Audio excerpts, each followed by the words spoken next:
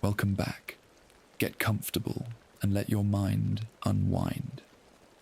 Tonight, we explore the story of the Rings of Power, 20 rings in total. 20 objects of such beauty and such danger that they would change the fate of entire races, would corrupt kings and heroes, would lead to wars that shook the foundations of the world. 3 rings for the elven kings under the sky, 7 for the Dwarf-lords in their halls of stone, 9 for mortal men doomed to die, and 1 ring, 1 terrible ring, to rule them all. But to understand these rings, to truly know their power and their peril, we need to go back to the beginning, back to a time of peace and creativity, back to a beautiful realm in the western lands of Middle-earth, back to a place called Eregion.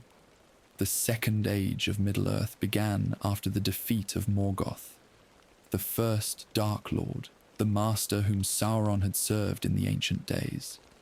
Morgoth had been cast out into the void beyond the world, his power broken, his armies scattered. For the people of Middle-earth, this should have been a time of lasting peace. Many elves chose to leave Middle-earth entirely during this time, sailing west across the sea to the Undying Lands, to Valinor, where they could dwell in peace with the Valar, the powers that shaped the world. Many elves chose to leave Middle-earth entirely during this time, sailing west across the sea to the Undying Lands, to Valinor, where they could dwell in peace with the Valar, the powers that shaped the world.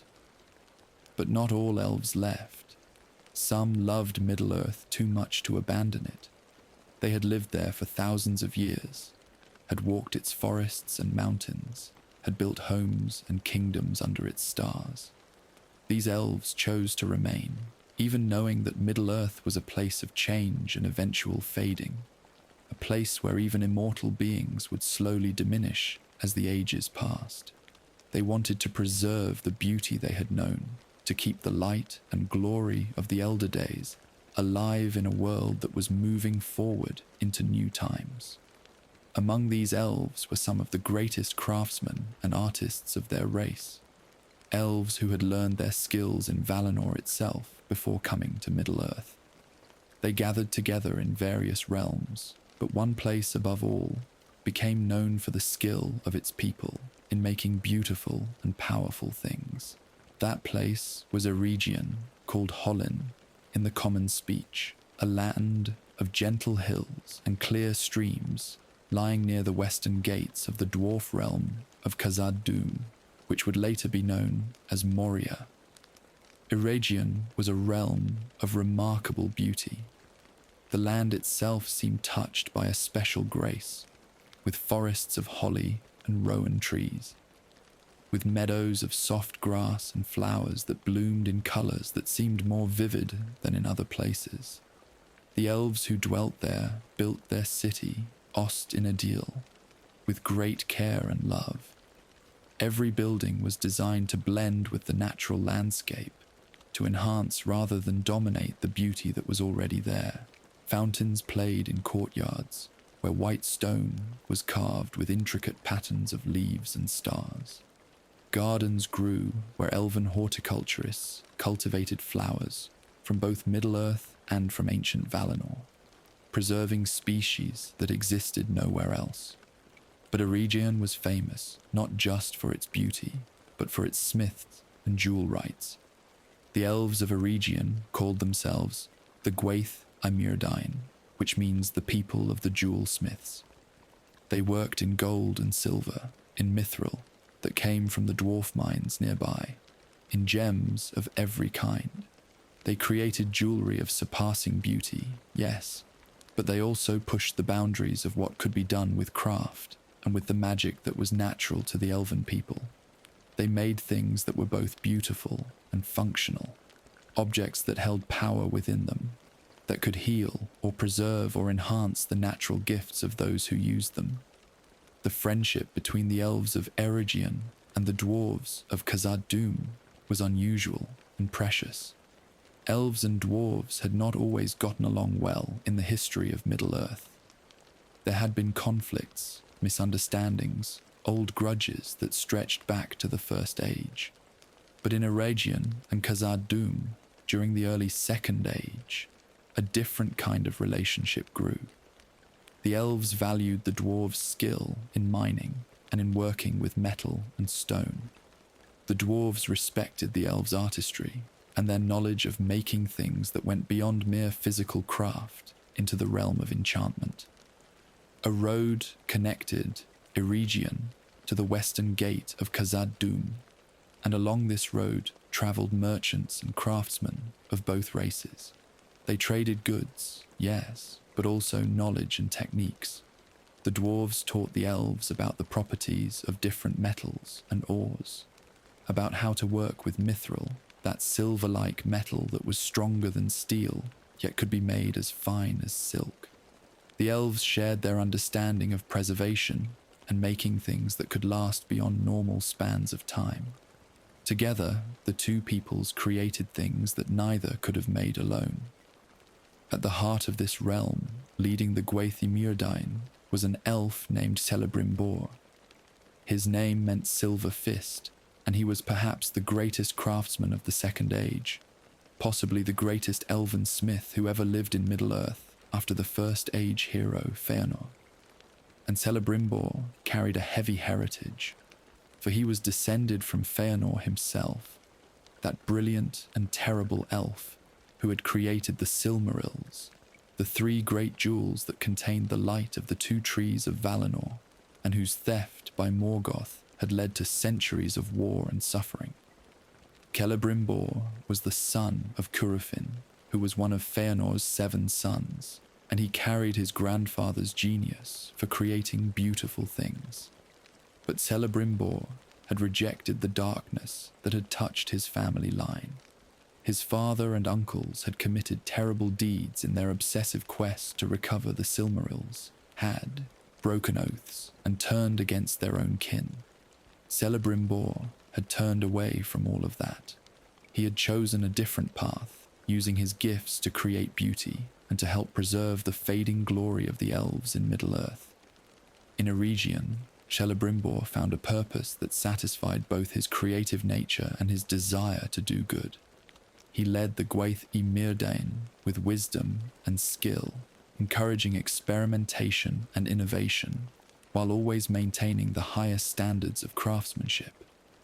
Under his leadership, the smiths of Eregion created many wonderful things, but they always felt that something more was possible, that there were heights of craft they had not yet reached, secrets of making that remained just beyond their grasp. The elves of Eregion, like all elves who remained in Middle-earth, felt the passage of time as a kind of sadness. They were immortal, yes, but the world around them was not. They saw the seasons turn, saw mortal creatures live and die, saw even the land itself slowly change. And they knew that they themselves were fading, that with each passing century, their power and their connection to the deeper magic of the world grew a little less. This awareness created in them a deep longing to preserve, to hold on to the beauty and the light they had known, to create things that would last even as they themselves diminished. This desire was not evil in itself. It came from love, from a genuine wish to keep good things from passing away. But it was also a desire that could be exploited, that could be turned and twisted by someone who understood it, and who had dark purposes of his own. And in the year 500 of the Second Age, such a person came to Eregion. He came in fair form, calling himself Anatar, which means Lord of Gifts. He said he was a messenger from the Valar, the great powers of the West, sent to help the people of Middle-earth recover from the devastation of the wars against Morgoth. He offered knowledge, friendship, and teaching, and the elves of Eregion, eager to advance their craft and to fulfill their dreams of preservation, welcomed him. But Anatar was not who he claimed to be. He was Sauron, the greatest surviving servant of Morgoth, and he had come to Eregion with a plan that would poison the Second Age and cast its shadow over all the ages that followed. To understand what happened in Eregion, to see how the rings of power came to be made, and why they held such danger, we need to understand who Sauron truly was, and how he was able to deceive some of the wisest and most talented elves in Middle-earth. Sauron was a Maya, one of the lesser divine spirits who had entered the world at its beginning to help shape it and guide its development. In his original nature, before he fell into evil, Sauron had been a spirit of order and craft. He loved making things, loved the beauty of well-designed objects, loved the satisfaction of taking raw materials and shaping them into something purposeful and fine. In the ancient days before the world was fully formed, he had been drawn to Aule, the Vala who was the master of all crafts, the maker of mountains and shaper of the bones of the earth. But Sauron's love of order eventually became twisted into a desire for control. He wanted everything to be perfect, to work according to his design, and he grew frustrated with the messiness and freedom of the world as it actually was. When Morgoth, the fallen Vala, who became the first Dark Lord, began to gather followers in his rebellion against the other Valar, Sauron was seduced by Morgoth's power and his promises.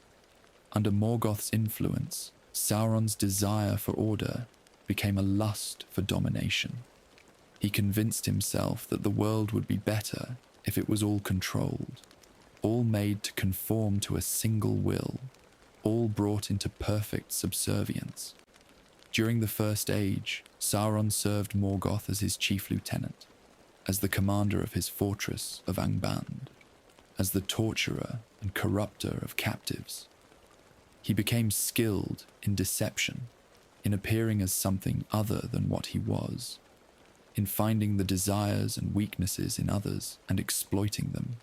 He could take pleasing forms, could seem wise and helpful, could offer exactly what his victims most wanted to hear. And he was patient, willing to spend years or even centuries on a plan if it would ultimately serve his goals. When Morgoth was finally defeated at the end of the First Age, dragged down in ruin by the armies of the Valar themselves, Sauron was left masterless. The other Maiar who had served Morgoth were commanded to return to Valinor to face judgment for their crimes. Some did return and were pardoned after showing genuine repentance. Sauron was summoned as well, but he was too proud to submit to judgment, too fearful of the punishment he might receive. He fled and hid himself in Middle-earth, lying low during the early centuries of the Second Age. For a time, Sauron seemed to genuinely repent of his service to Morgoth. He saw the ruin that had come from following the Dark Lord, saw how Morgoth's ultimate fate had been imprisonment beyond the world forever. Perhaps, Sauron thought, there was a better way to achieve his goals of order and control. Perhaps he could remake Middle-earth, not through crude conquest and destruction, but through subtle influence, through convincing others to willingly follow his designs. He would be a different kind of lord, one who ruled through wisdom and the gratitude of those he helped, rather than through fear and force. But this apparent repentance was flawed from the beginning, because Sauron never truly rejected his fundamental desire to dominate others. He simply thought he could achieve it in a kinder-looking way. He told himself he would be a benevolent ruler, that his control would be for the good of all, that he would bring order and prosperity to Middle-earth. He could not see, or refuse to see, that the very desire to control others was itself evil, that taking away the freedom of other beings, even with good intentions, was a profound wrong. As the Second Age progressed, and Sauron watched the various peoples of Middle-earth rebuilding after the wars of the First Age, he began to plan. He saw the great Númenórean kingdom of men growing powerful far to the west. He saw dwarves delving deep into mountains and building mighty halls. and he saw elves establishing realms throughout Middle-earth, trying to preserve their glory even as they knew they were fading. Of all these peoples, Sauron decided the elves were both the most useful to his plans and the most dangerous to his eventual rule. They had power and knowledge. They could create things that would last, and they would live long enough to be serious obstacles to his designs if they opposed him. So Sauron chose to focus on the elves, and among the elven realms, he chose Eregion as his primary target. The Dwarf-lords were the greatest craftsmen remaining in Middle-earth. They were actively seeking to advance their art, and they were led by Celebrimbor, whose desire to redeem his family name and to create something truly great might make him especially receptive to offers of help and knowledge. Around the year 500 of the Second Age, Sauron began to put his plan into motion. He took a fair form, appearing as a tall and beautiful elf-like being, with golden hair and a voice that was pleasant to hear. He crafted a persona that would appeal specifically to the elves of Eregion, presenting himself as a fellow lover of craft and beauty, as someone who had knowledge to share and who genuinely wanted to help Middle-earth recover from the ruin of the past. He called himself Annatar, the Lord of Gifts, and this name was carefully chosen. It suggested generosity, a desire to give rather than to take, a spirit of friendship and mutual advancement. When Annatar first came to the borders of Eregion, he was not immediately granted entrance. Some of the elves were cautious, feeling something not quite right about this stranger who appeared from nowhere with such convenient knowledge to offer. But Celebrimbor's curiosity and his desire to advance his craft overcame his caution. Here was someone offering to teach techniques that could help the Dwarf-lords achieve their dreams, to create things that would truly last, that would preserve the beauty and power of the elder days, even as the world moved into dimmer ages. How could Celebrimbor refuse such an offer? And Annatar was so courteous, so respectful, so genuinely interested in what the smiths of Eregion were already doing. He praised their work, pointed out the brilliance in their designs, suggested small improvements that actually made their creations better. Slowly, over months and years, Annatar became a trusted friend and teacher in Eregion. He spent time with Celebrimbor and the other master smiths, working alongside them in the forges, discussing theory and technique late into the night. He shared knowledge about the properties of metals and gems, about how to bind intention and power into physical objects, about methods of working that went beyond what the elves had learned, even in Valinor. And the elves of Eregion learned eagerly, because what Annatar taught them actually worked. The objects they created using his techniques were more powerful, more beautiful, more lasting than what they had made before. Celebrimbor, in particular, seemed to flourish under Annatar's instruction, his natural genius finding new avenues of expression, his creations reaching heights that amazed even his fellow smiths. Not everyone was comfortable with Annatar's presence. Galadriel, one of the most powerful elves in Middle-earth, who dwelt for a time in Eregion, distrusted the stranger from the beginning. She sensed something wrong about him, some darkness that lay beneath the fair appearance. She warned Celebrimbor to be cautious, but the master smith was so caught up in the excitement of his new discoveries that he brushed aside her concerns. When Galadriel eventually left Eregion and moved east to the realm of Lothlorien, Annatar had effectively won the trust of the Dwarf-lords. Gil-galad, the High King of the Elves, who ruled in Lindon far to the west, also sensed danger in Annatar. He refused to allow the stranger into his realm and advised other elven lords to be wary. But Gil-galad was far away, and his warnings, like Galadriel's, were not enough to overcome the appeal of what Anatar was offering. For about 300 years, Anatar dwelt in Eregion, and during this time, the skills of the Gwathi-Myrdain reached their peak.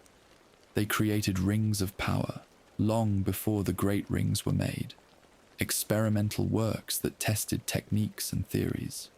They made other objects as well, gems that shone with their own light, swords that never lost their edge, mirrors that could show distant places. The realm of Eregion became more beautiful than ever, as the elves used their growing powers to enhance and preserve the land they loved.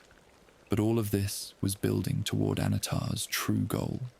He had been planting ideas in Celebrimbor's mind for years, subtle suggestions about the possibility of creating objects that could preserve things not just for a long time but forever, that could hold back the fading of the elves, that could keep Middle-earth in a state of timeless beauty. What if, Anatar suggested, they were to create a set of rings of power that could be worn by the great lords and rulers of Middle-earth? These rings could give their bearers power over their realms, could allow them to preserve and protect what they loved, could prevent the slow decay that time brought to all things. Celebrimbor was captivated by this idea. Here was a project worthy of his skills, worthy of his heritage as the descendant of Feanor. He would create something that would not just be beautiful, but truly important, something that would change the world for the better. He threw himself into the work with all his passion and skill, and Anatar was right there beside him, helping to design the rings, teaching the most subtle techniques of ring making, guiding the project toward his own hidden purposes. The forging of the rings of power took place over many years in the secret workshops of Eregion. Celebrimbor and the greatest of the Gwathi-Myrdain labored with intense focus, each ring requiring immense skill and vast amounts of power to create. These were not simple pieces of jewelry. Each ring was a vessel designed to hold and channel power, to enhance the natural abilities of its wearer, to give them influence over the world around them. The process of making the rings was both a physical and a spiritual work. The smiths had to shape the metal, yes, working with gold and with mithril, and with other materials both common and rare. But they also had to imbue each ring with their own power, their own life force in a sense, binding part of themselves into the object so that it would be more than mere metal and stone. This was tremendously difficult and exhausting work, requiring absolute concentration and a deep understanding of the hidden nature of matter and spirit. First came the 9 rings made for men. These rings were designed to enhance the natural abilities of mortal kings and lords, to give them power to command and to rule, to extend their influence and their lifespans beyond normal human limits. Anatar was heavily involved in the making of these rings, working closely with Celebrimbor, and sometimes even taking the lead in certain aspects of their creation. The 9 were powerful indeed, but even as they were being made, they carried within them a vulnerability, a point of access that their makers did not fully recognize. Next came the 7 rings, made for the Dwarf-lords. These rings were somewhat different in their design, created to appeal to the dwarven nature, to enhance their abilities in crafting and in finding wealth beneath the mountains. The dwarves were natural resistors of outside influence, stubborn and strong-willed, so the 7 were made to work more subtly, to enhance desires that were already present rather than to directly dominate the wearer's will.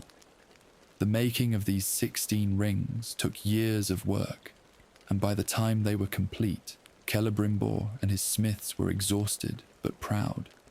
They had created objects of immense power, things that would allow the preservation they desired, that would help the peoples of Middle-earth to resist the fading and decay that time brought. The rings would be given to the greatest of men and dwarves, to rulers who could use their power wisely to benefit their realms. But Celebrimbor was not satisfied. He wanted to create something even greater, something that would be for his own people, the elves. And he wanted to do it without Anatar's direct involvement. Perhaps some part of Celebrimbor, even deep in his trust of the Lord of Gifts, still felt a whisper of doubt. Or perhaps he simply wanted to prove that he could reach the highest heights of his craft on his own, without a teacher looking over his shoulder. So Celebrimbor worked in secret, alone or with only his most trusted companions, and he created 3 more rings. These were the 3 rings of the elves, and they were the greatest of all the rings of power except for one other. Celebrimbor poured everything he knew, everything he had learned, all his skill and much of his own power into these 3 rings. They were made of the finest materials, wrought with art that surpassed even Anatar's teachings, imbued with purposes that were purely focused on preservation, protection, and understanding, rather than on domination or rule. The first of the 3 was Vilya, the Ring of Air, the mightiest of all the rings except the one. It was made of gold and was set with a great sapphire. Vilya had power over the unseen world, power to understand and to inspire, power to heal and to preserve things in their truest and best form. The second was Narya, the Ring of Fire, made of gold and set with a ruby that seemed to glow with inner light. Narya had the power to inspire hope and courage in others, to resist despair and domination, to kindle the hearts of those who fought against darkness. The third was Nenya, the Ring of Water made of mithril and set with a white stone that sparkled like a star. Nenya had the power to preserve and to protect, to keep things as they were and to hold back decay and evil, to create places of safety and beauty that could resist the corruption of the world. These 3 rings represented the pinnacle of elven ringcraft, the finest work that Celebrimbor would ever accomplish. And because they were made without Anatar's direct involvement in their forging, they were free from the deeper taint that touched the other rings. They could not be used for evil, could not corrupt their bearers toward domination or cruelty. They were purely good in their intent and in their making. But even so, even these 3 greatest rings were vulnerable in a way that Celebrimbor did not yet understand, because the knowledge and the techniques that had gone into their making had ultimately come from Anatar, from Sauron. The foundation of their power was built on teachings that had been carefully designed to serve Sauron's greater purpose, and that purpose was about to be revealed. While Celebrimbor was completing the 3 rings in Eregion, Anatar had left the realm. He said he had other work to attend to, other places where his help was needed. Celebrimbor was relieved, in a way, to have the space to work on his final and greatest creations without the Lord of Gifts watching. But Anatar had not gone far. He had returned to his own land, to Mordor, in the southeast of Middle-earth, to a dark tower he had been building in secret for years. And in that tower, in the fires of a volcanic mountain called Mount Doom, Sauron was forging a ring of his own. The One Ring was Sauron's masterpiece, the culmination of everything he had learned and everything he had planned. While he had helped the elves make 16 rings, and while Celebrimbor had made 3 more, using techniques that ultimately derived from Sauron's teaching, Sauron now poured his own power into a single ring that would rule all the others. This ring would be the master, the key that could control and dominate every other ring of power that had been made. Into the One Ring, Sauron put a huge portion of his own essence, his own life force and will. This made the ring incredibly powerful, but also bound Sauron to it in a fundamental way.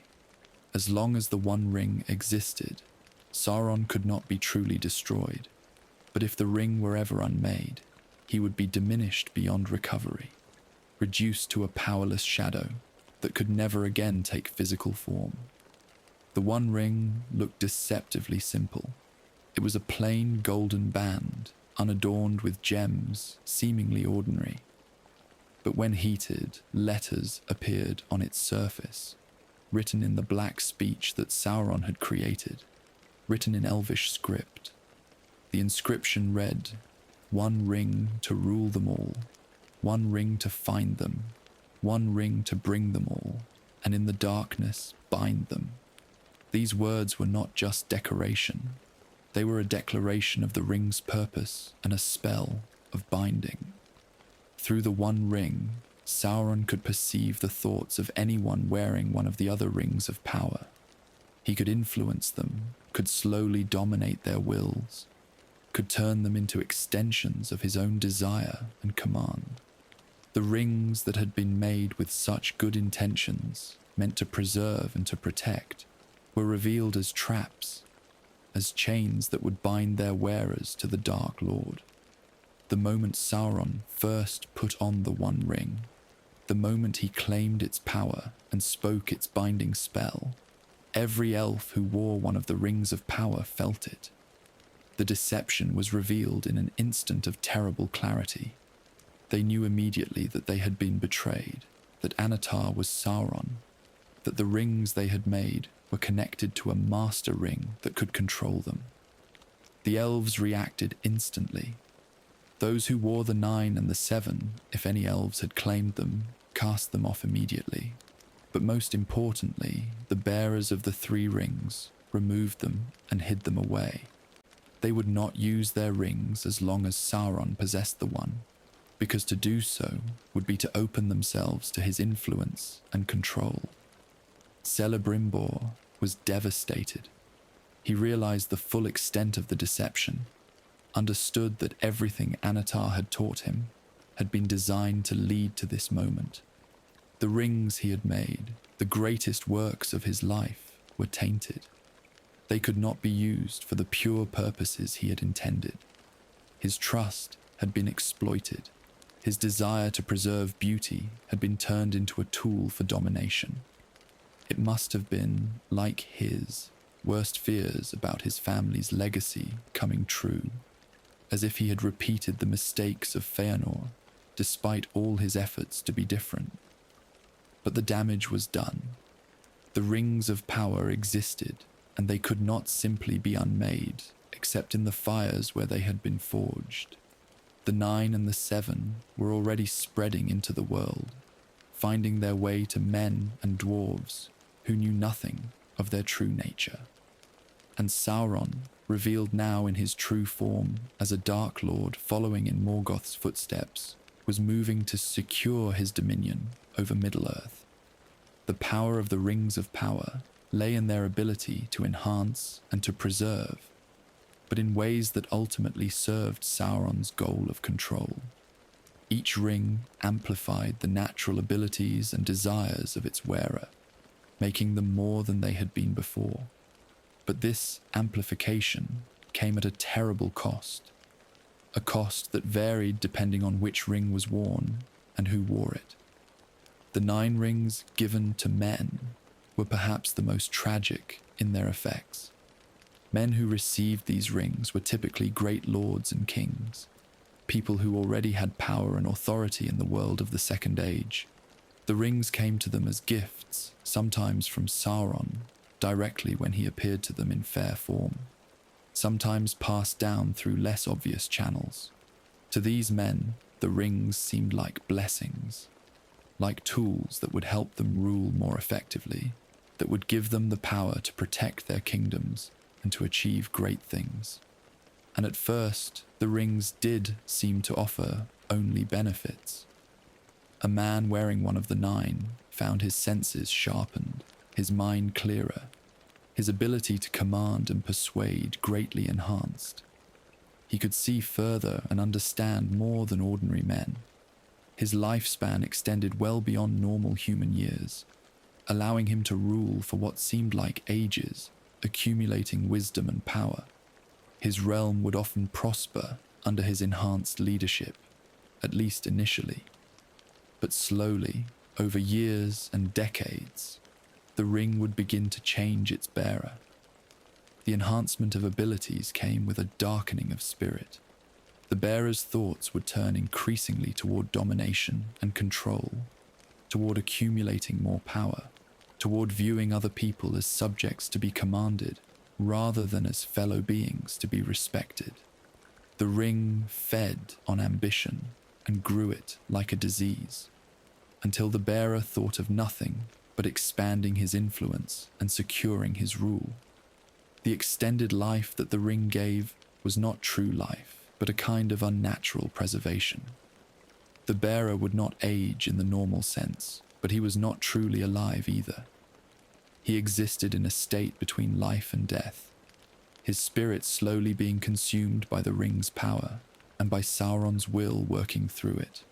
The world of normal life would begin to fade from his perception, while the unseen world, the world of spirits and of Sauron's influence, would become more real to him. Over centuries of wearing the rings, the 9 men who had been kings and lords were transformed entirely. They became the Nazgûl, the ring-wraiths, beings of terror who existed only to serve Sauron. They had no will of their own left, no memory of who they had once been, no capacity for mercy or kindness. They wore black robes that hid forms that were no longer truly physical, and they rode dark horses or fell beasts from the sky. Their very presence brought fear and cold, and their voices could freeze the hearts of brave warriors. The Nazgûl became Sauron's most feared servants, his hunters and his commanders. They could not be killed by normal means, because they were no longer truly alive. Weapons would pass through them, or have little effect. Only special blades, made with specific enchantments, could harm them, and even then, only temporarily, unless the blade could reach the ring that each Nazgûl still wore, and that bound him to his terrible existence. The 9 rings had turned these men from kings into slaves, from living beings into undead horrors. Their names were forgotten, their kingdoms long fallen to dust, their humanity completely erased. They were the clearest example of the ultimate trap that the Rings of Power represented.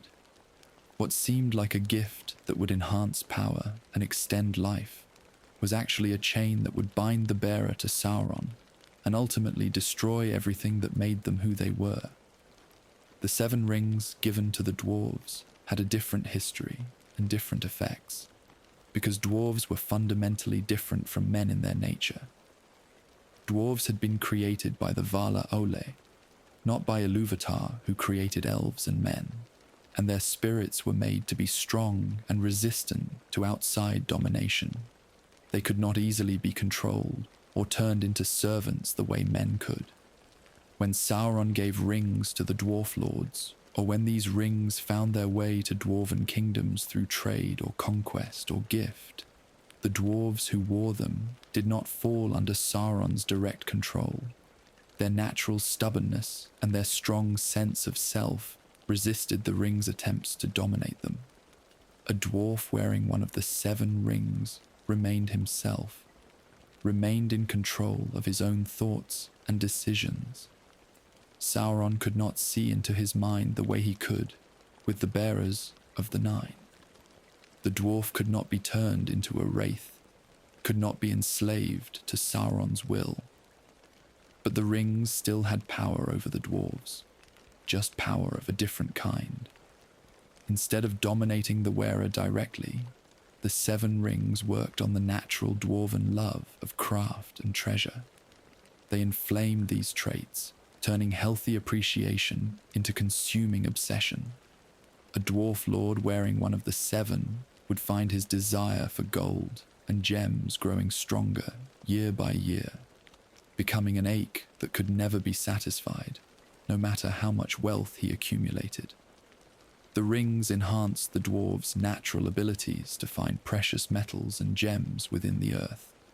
a dwarf wearing one of the Seven could sense veins of mithril or gold deep beneath the mountains, could almost hear the location of treasures hidden in the rock.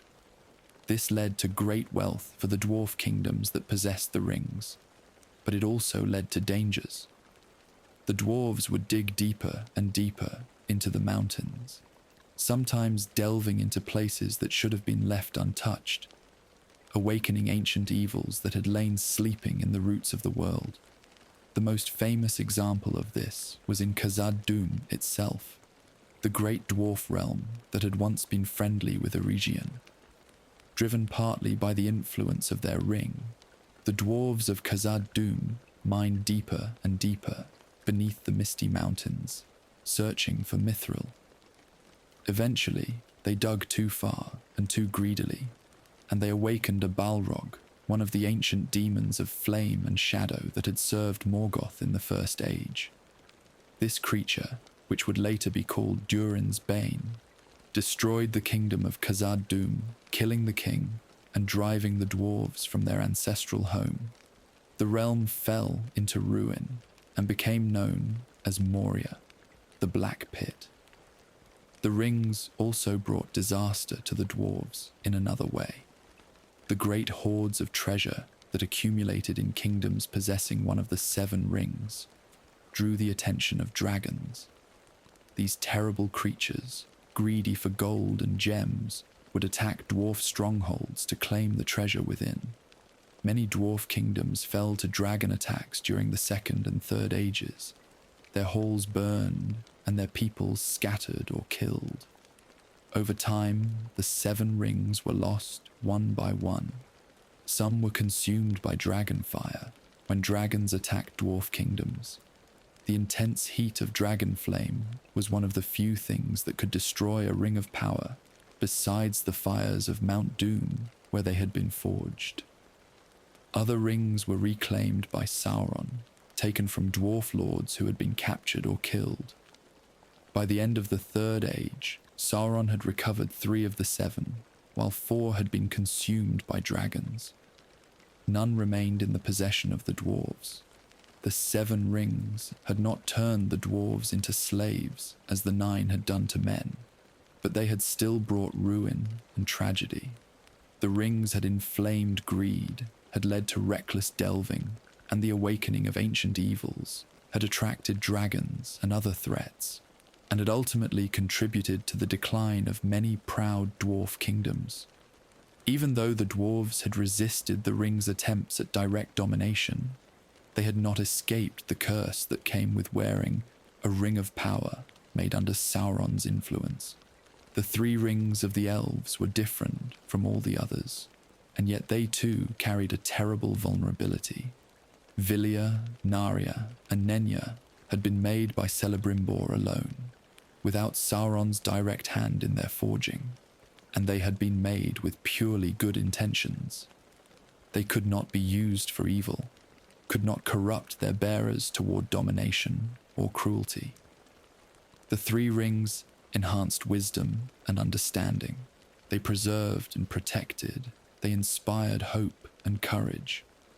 They were everything the elves had hoped for when the project of making rings of power had begun. But the 3 were still fundamentally connected to the One Ring, because the knowledge and techniques used to make them had come from Sauron's teaching. As long as Sauron held the One Ring, the bearers of the 3 could not use their rings without risking his influence. When Sauron first put on the One Ring and claimed its power, the elves immediately knew and immediately removed their rings. They hid them away and did not wear them for the rest of the Second Age, while Sauron possessed the one. Vilya, the mightiest of the 3, eventually came to be held by Gil-galad, the High King of the Elves in Lindon. But Gil-galad did not wear it during the Second Age. He kept it safe, waiting for a time when it might be used without danger. Before he died in the Last Alliance, the Great War that ended the Second Age, Gil-galad gave Vilya to Elrond, the half-elven lord who would go on to found Rivendell and to become one of the wisest beings in Middle-earth.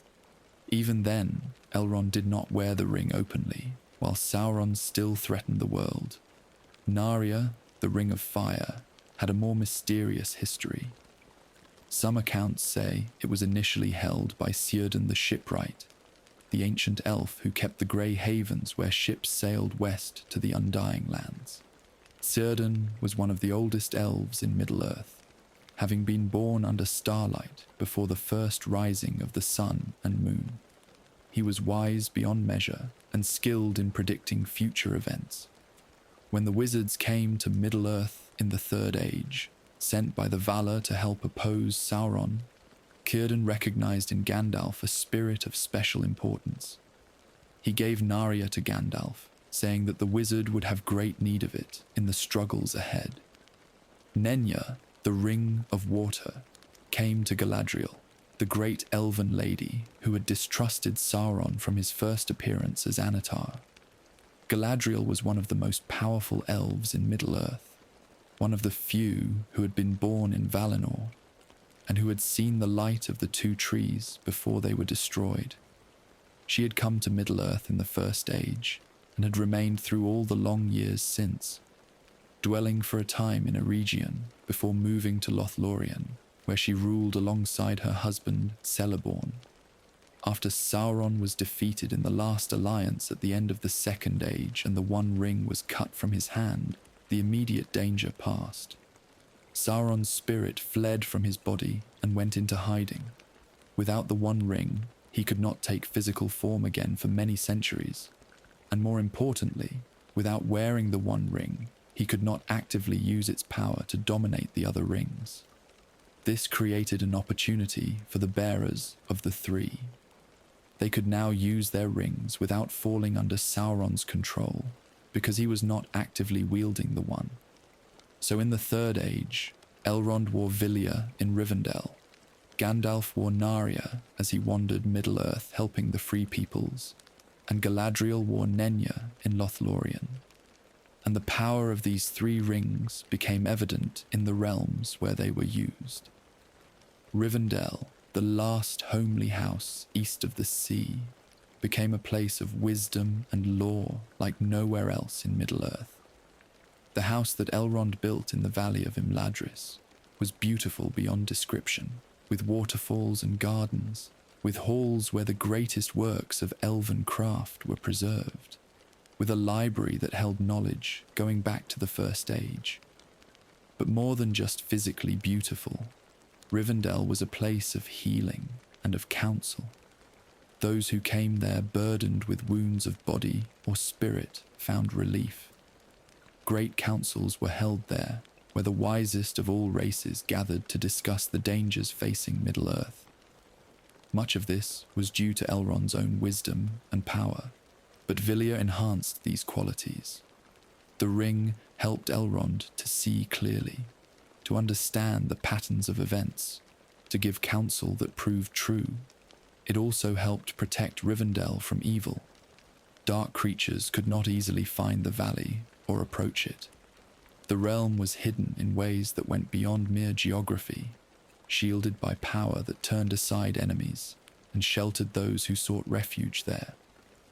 Lothlorien, the Golden Wood where Galadriel dwelt, became the most beautiful and preserved elven realm in Middle-earth during the Third Age. The forest of Malorn trees, with their silver bark and golden leaves, existed in a kind of timeless state, unchanged by seasons, untouched by decay. Those who entered Lothlorien felt as if they had stepped outside of time, into a place where the beauty of elder days remained undimmed. The power of Nenya kept the realms safe from evil and preserved it in its prime. Galadriel herself, bearing Nenya, became a figure of tremendous power and wisdom. She could look into people's hearts and see their true nature. She possessed one of the few remaining mirrors that could show visions of things past, present, and possible future. And she had the strength to directly oppose even the greatest servants of Sauron, though she was wise enough to generally avoid direct confrontation. Gandalf's use of Narnia was more subtle and harder to see. because he traveled constantly and did not rule a specific realm. But the Ring of Fire gave him power to inspire hope in others, to kindle courage in those who faced despair, to help people resist domination and keep their spirits free. When Gandalf spoke to leaders or to common folk, when he encouraged resistance against Sauron's growing power, when he helped to organize the defense of free peoples, Narya was working through him, strengthening his natural gifts and his mission. The Three Rings allowed their bearers to preserve pockets of beauty and wisdom in Middle-earth during the Third Age, to keep alive something of the glory of earlier ages, even as the world overall faded and declined. They were genuinely good in their use and their effects, but they carried a fundamental problem that would eventually force their bearers to make a terrible choice. The Three Rings were bound to the One Ring through the very nature of their making. As long as the One Ring existed, the three derived their power from it in some sense, were connected to it even though they could not be directly controlled by it if Sauron was not actively wielding the one. This meant that if the One Ring were ever destroyed, if it were unmade in the fires of Mount Doom, then the three would also lose their power. They would become just ordinary rings of gold and mithril, beautiful perhaps, but no longer able to preserve or protect or inspire as they had done. For the bearers of the three, this created an almost unbearable dilemma. If the One Ring remained in existence, then eventually Sauron might find it and reclaim it. If that happened, he would be able to dominate all the other rings of power, including the three. The bearers would have to remove their rings again and hide them away, and all the good they had done with them would be undone. Rivendell would lose its special protection. Lothlorien would fade. The inspiration that Gandalf had been able to provide would diminish. But if the One Ring were destroyed, if it were cast into Mount Doom and unmade, then Sauron would be defeated forever, reduced to a powerless shadow that could never threaten the world again. This was the only way to truly end his evil, to ensure lasting safety for all the free peoples of Middle-earth. But the cost would be the end of the Three Rings' power. Rivendell would become just another place, beautiful perhaps, but not magically preserved. Lothlorien would fade with the passing years like any other forest. The elves who remained in Middle-earth would lose the tools that had allowed them to keep some small part of the Elder Days alive in the present age. This dilemma hung over the bearers of the three throughout the later part of the Third Age. They knew that the right thing to do was to destroy the One Ring if it were ever found, to end Sauron's threat forever, even if it meant losing their own ring's power. But it was a hard choice to face, requiring them to willingly give up something precious, to accept the fading of the last great elven realms in Middle-earth, to let go of their ability to preserve and protect in the ways they had been doing for thousands of years. The history of the Rings of Power through the Second and Third Ages was intertwined with the broader history of Middle-earth's struggles against Sauron.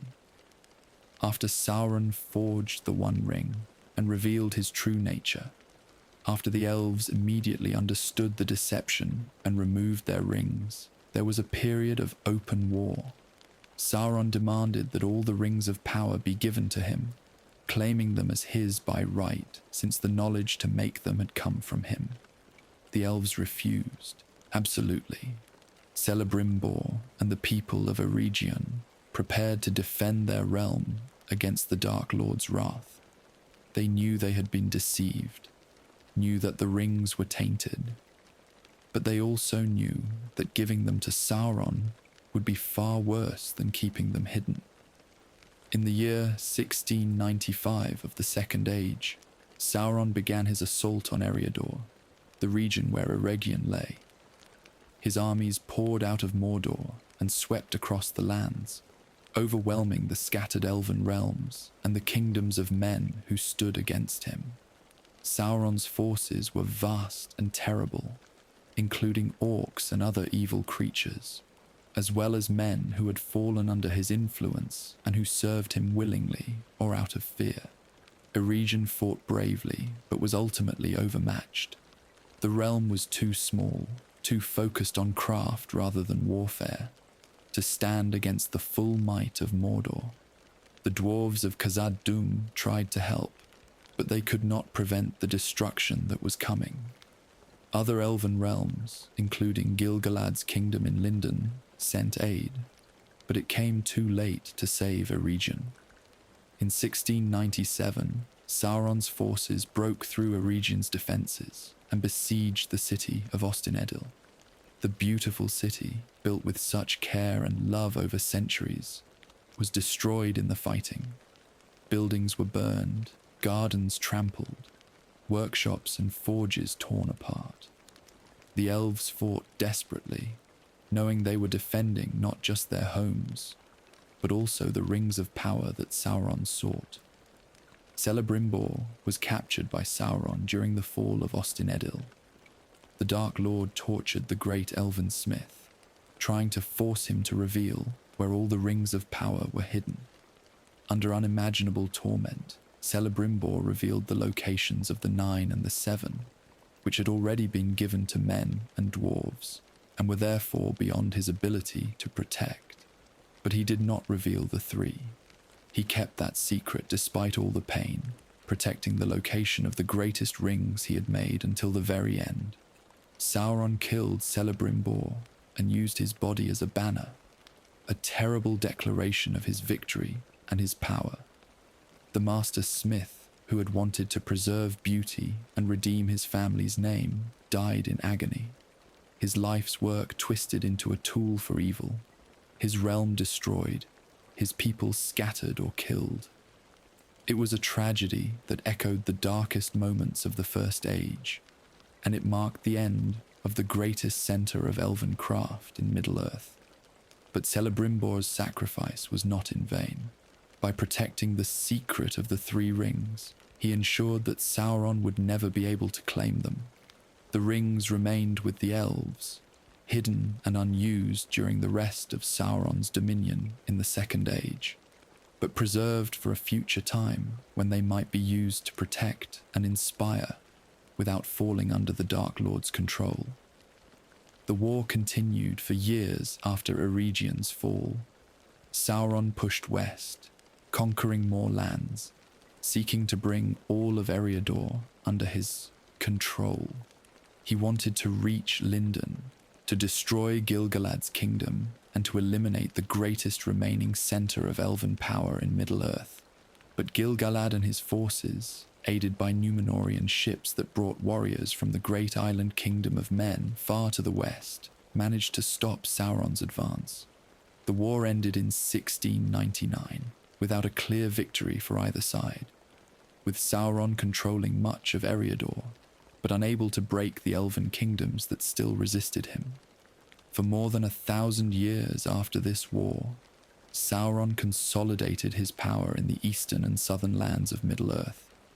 He did not again directly attack the elven kingdoms, partly because he was focused on other projects, partly because he knew that as long as the One Ring remained safe in Mordor, and as long as he avoided provoking the Númenóreans into full intervention, he could afford to be patient. The 9 rings were working on their bearers, slowly transforming the men who wore them into the Nazgûl. The 7 rings were inflaming greed in the dwarf kingdoms, causing indirect harm even if they did not directly serve Sauron. But Sauron's plans were interrupted by an unexpected intervention from the greatest kingdom of men. Númenor, the island realm that had been given to men as a reward for their service in the wars against Morgoth, had grown incredibly powerful during the Second Age. The Númenóreans were not ordinary men, but were enhanced, given greater lifespans and abilities as a gift from the Valar. Their kings could live for hundreds of years, and even common Númenóreans lived 2 or 3 times as long as normal humans.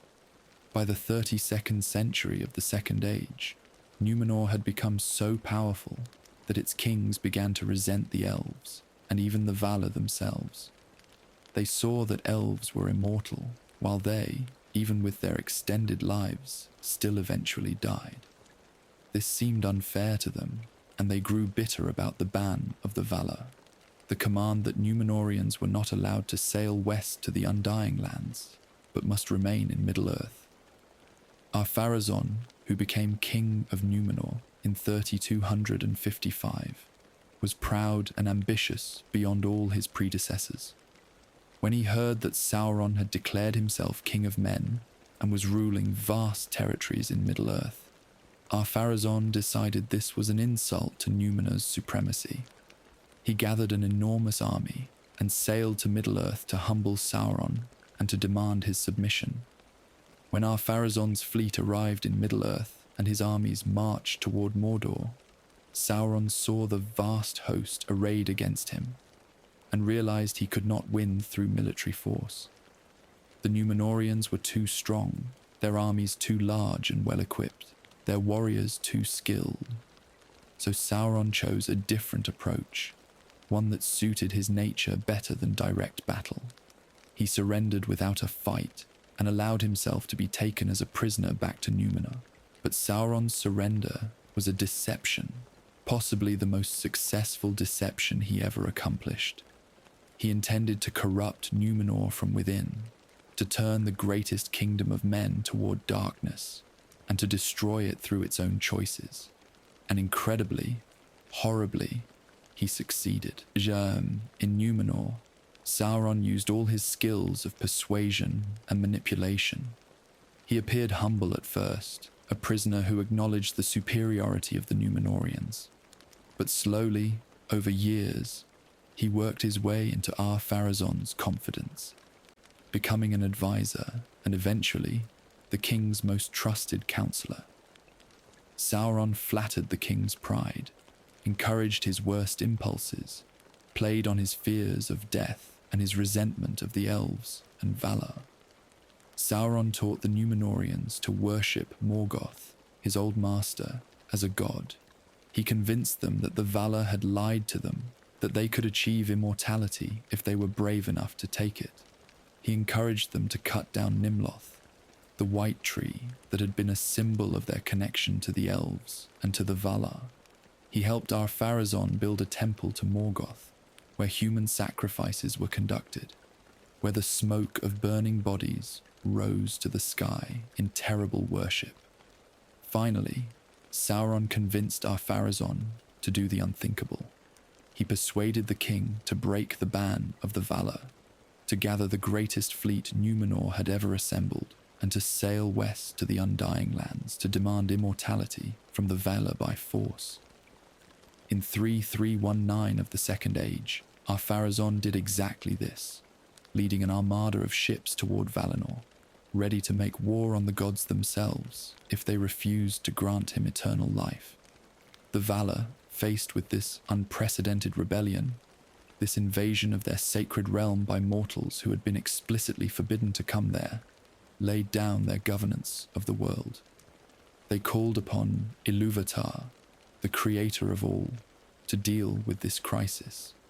And Ilúvatar responded by changing the shape of the world itself. The earth, which had been flat up to this point, with the Undying Lands accessible by sailing far enough west, was made round. Valinor and the Undying Lands were removed from the physical world entirely, placed beyond the circles of the world where they could only be reached by special ships on special roads that ordinary vessels could not find.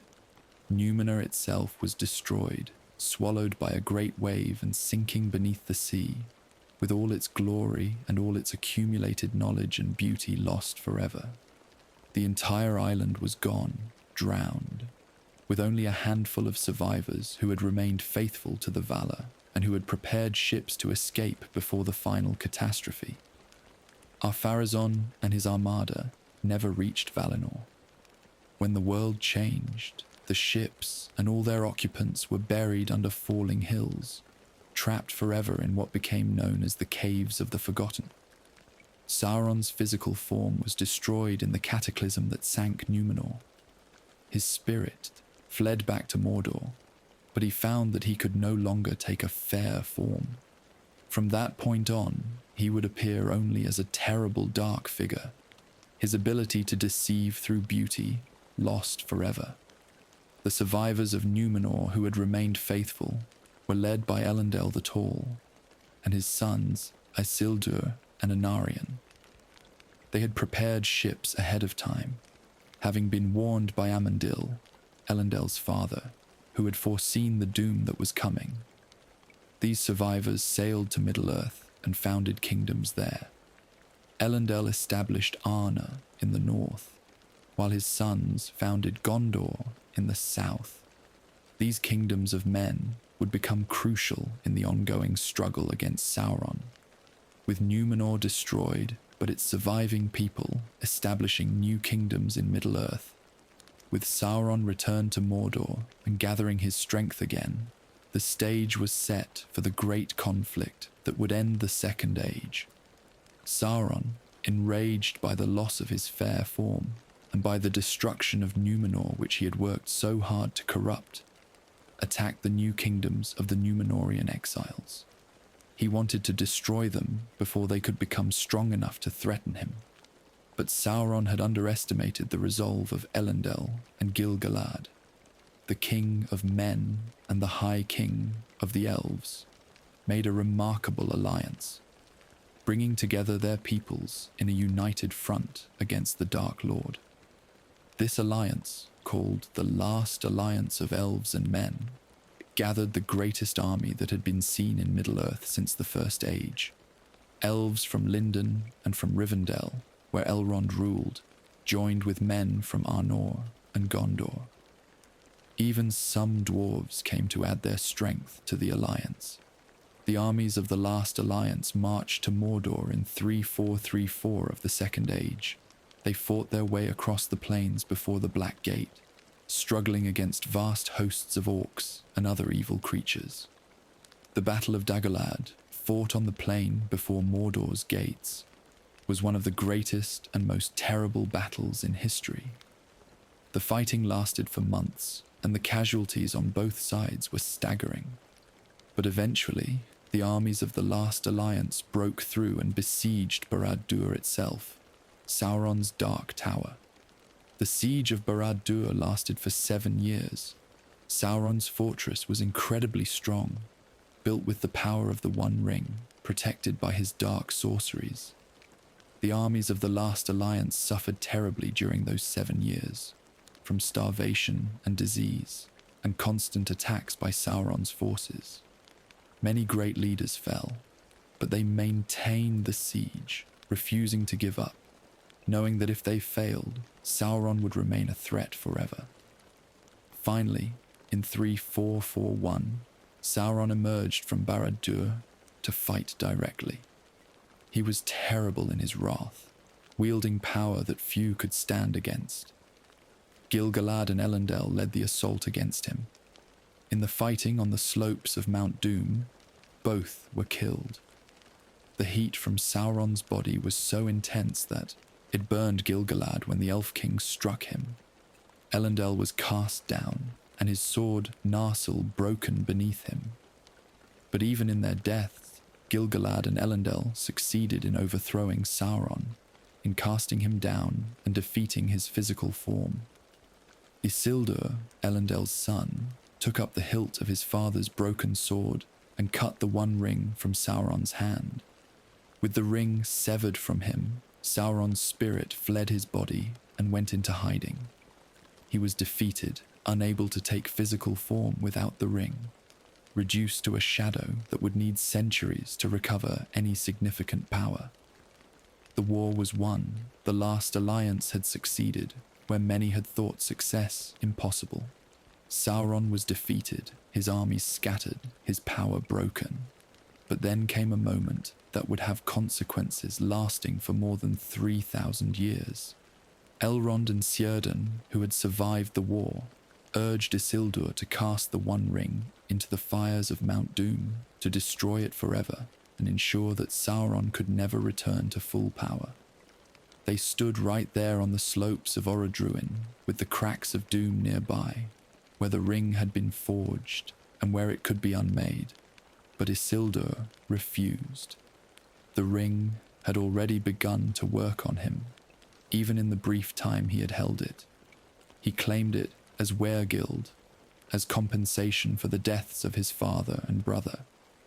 He said it was too beautiful to destroy, and that he would keep it and use it for good. He did not understand, or perhaps the ring prevented him from understanding, that the ring could not be used for good, that it would corrupt anyone who tried to wield it, that keeping it meant Sauron would eventually be able to return.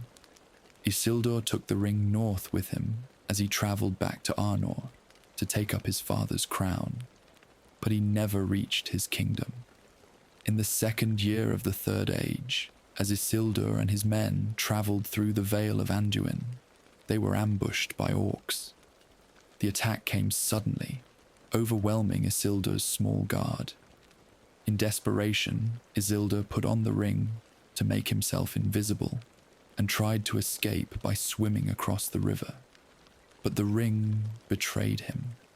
It slipped from his finger as he swam, making him visible again to the orc archers on the shore. They filled him with arrows, and Isildur died in the river, his body lost. The ring sank into the muddy riverbed and was lost, hidden away from all knowledge. It would remain there for more than 2,000 years, waiting in the darkness for someone to find it. With the One Ring lost, with Sauron defeated and unable to take physical form, with the last alliance victorious, the Second Age ended and the Third Age began. The Rings of Power now entered a new phase of their history, a long period during which the One Ring remained hidden, and the other rings continued to affect the world in various ways.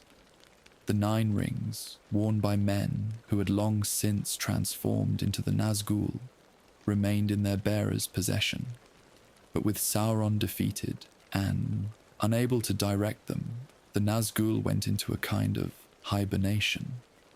They retreated to Minas Morgul, the tower in Gondor that they had claimed as their own, and they waited there in darkness for centuries, neither truly active nor destroyed. They were bound to Sauron and would not truly wake until he had recovered enough strength to summon them. The 7 rings of the dwarves continued to affect their bearers through the early Third Age. Dwarf kingdoms rose and fell, often destroyed by the dragons that came seeking the great hordes that the rings helped accumulate.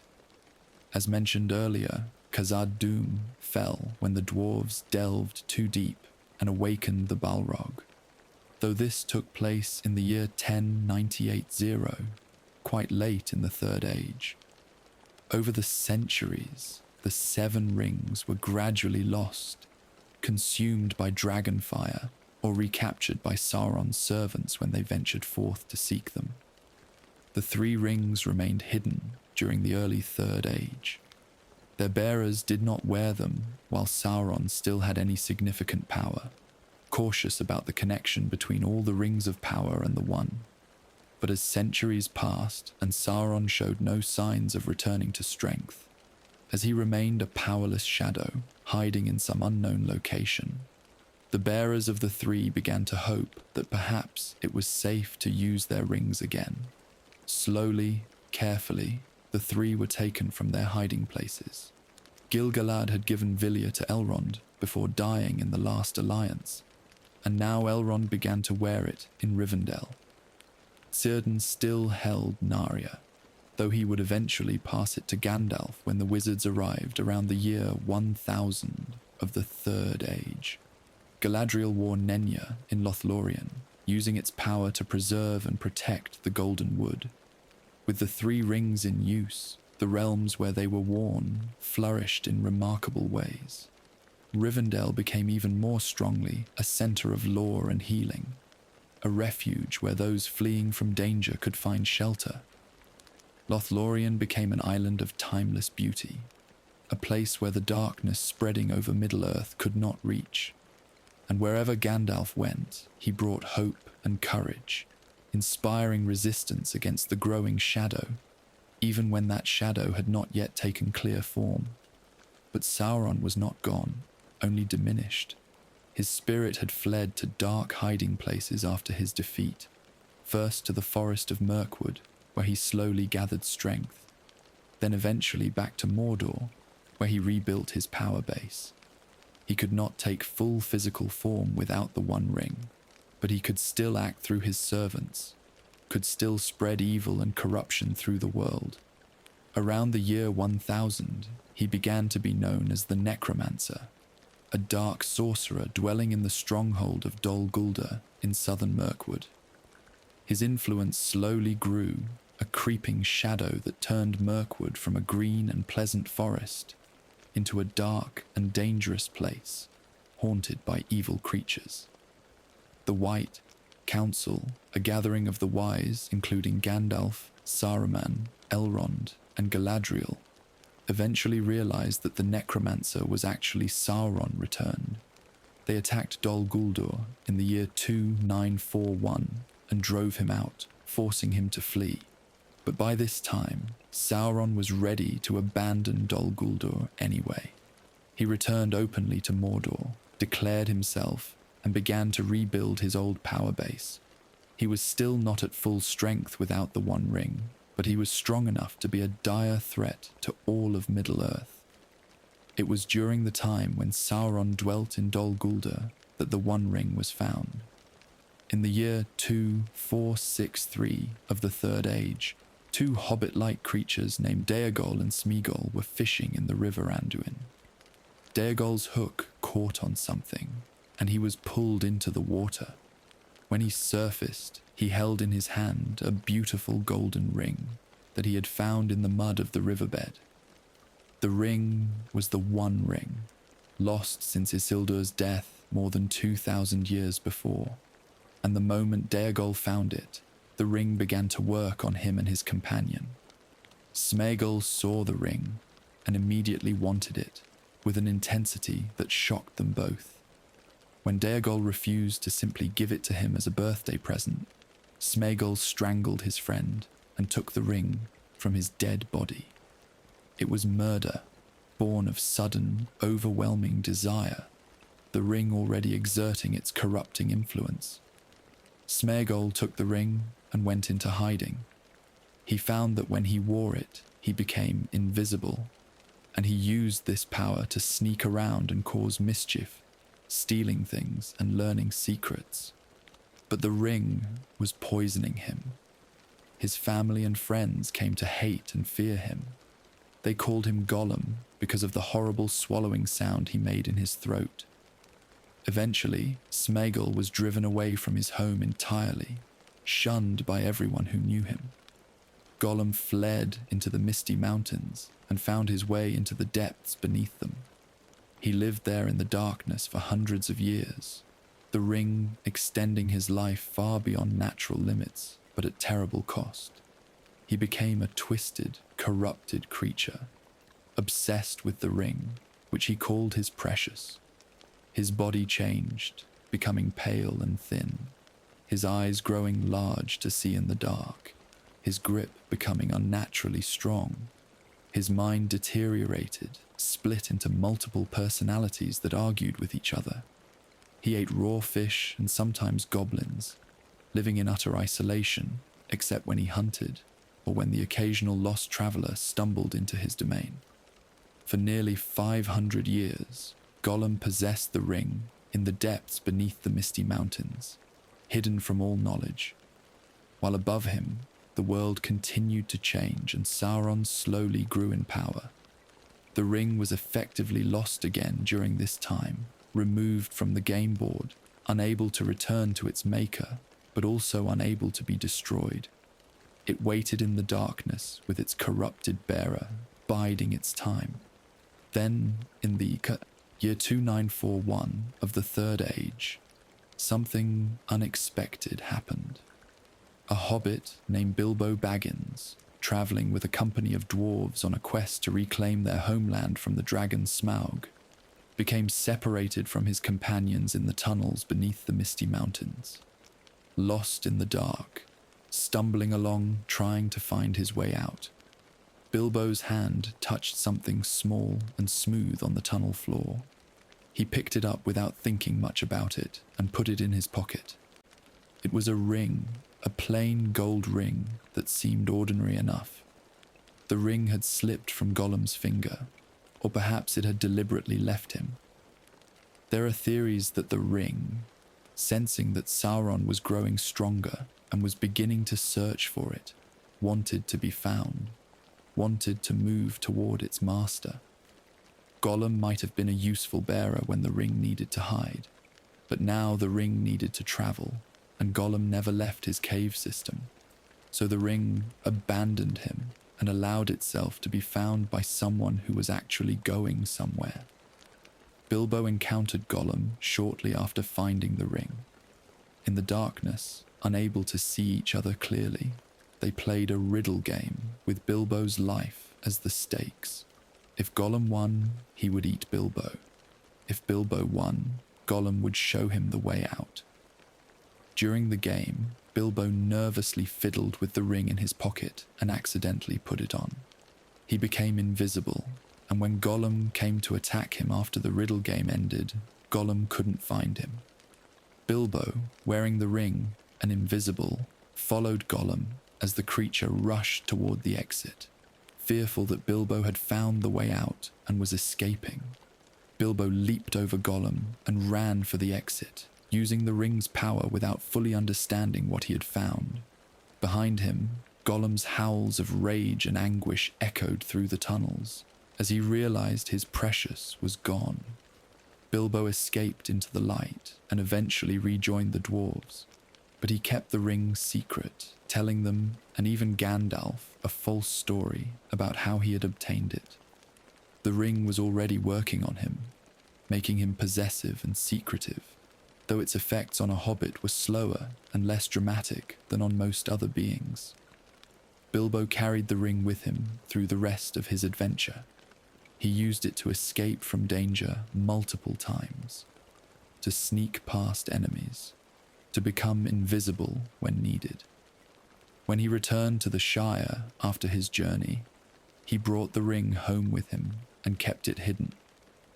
Over the decades that followed, the ring extended Bilbo's life, preserving him so that he aged much more slowly than a normal hobbit should.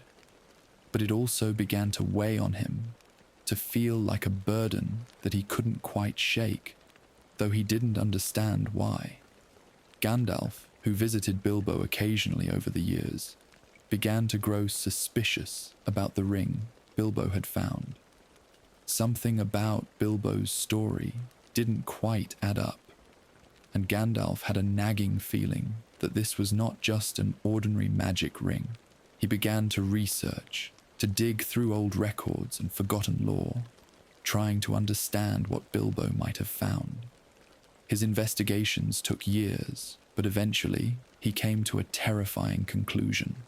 The ring was the One Ring, the Master Ring of Sauron, lost since the death of Isildur more than 3,000 years earlier. The implications were staggering. The One Ring had been found, was in the Shire of all places, possessed by a hobbit who had no idea what he carried, and Sauron was searching for it. The Dark Lord had returned to Mordor, had declared himself openly, and was sending his servants throughout Middle-earth to find the ring.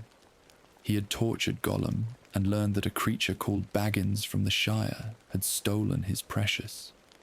It was only a matter of time before Sauron's servants came to the Shire to claim the ring. Gandalf convinced Bilbo to leave the ring behind when the old hobbit finally decided to retire and leave the Shire. This was harder than it should have been. Bilbo had grown deeply attached to the ring, possessive of it in ways that frightened Gandalf. But eventually, with great effort and with Gandalf's urging, Bilbo managed to leave the ring behind for his heir, his young cousin, Frodo Baggins. Frodo received the ring, not knowing what it truly was, though Gandalf warned him to keep it secret and safe.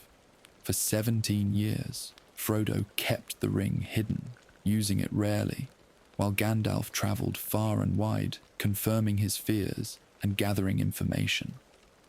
Finally, in 3018 of the Third Age, Gandalf returned to the Shire and told Frodo the truth. The ring he possessed was the One Ring.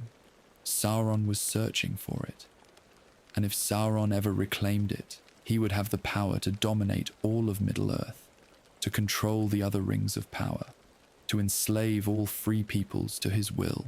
The only solution was to destroy the ring. It had to be taken to Mordor, to Mount Doom where it had been forged, and cast into the cracks of Doom. Only there, in the fires where it had been made, could it be unmade. Any other fire, even dragon fire, was not hot enough to harm it. This was a nearly impossible task. Mordor was Sauron's stronghold, heavily guarded, filled with enemies. To walk into Mordor was essentially to walk to certain death. And even if someone could reach Mount Doom, could they actually destroy the ring? The closer one came to its place of making, the stronger its hold on the bearer would become. But there was no choice. As long as the ring existed, Sauron would never stop searching for it, and if he found it, all would be lost.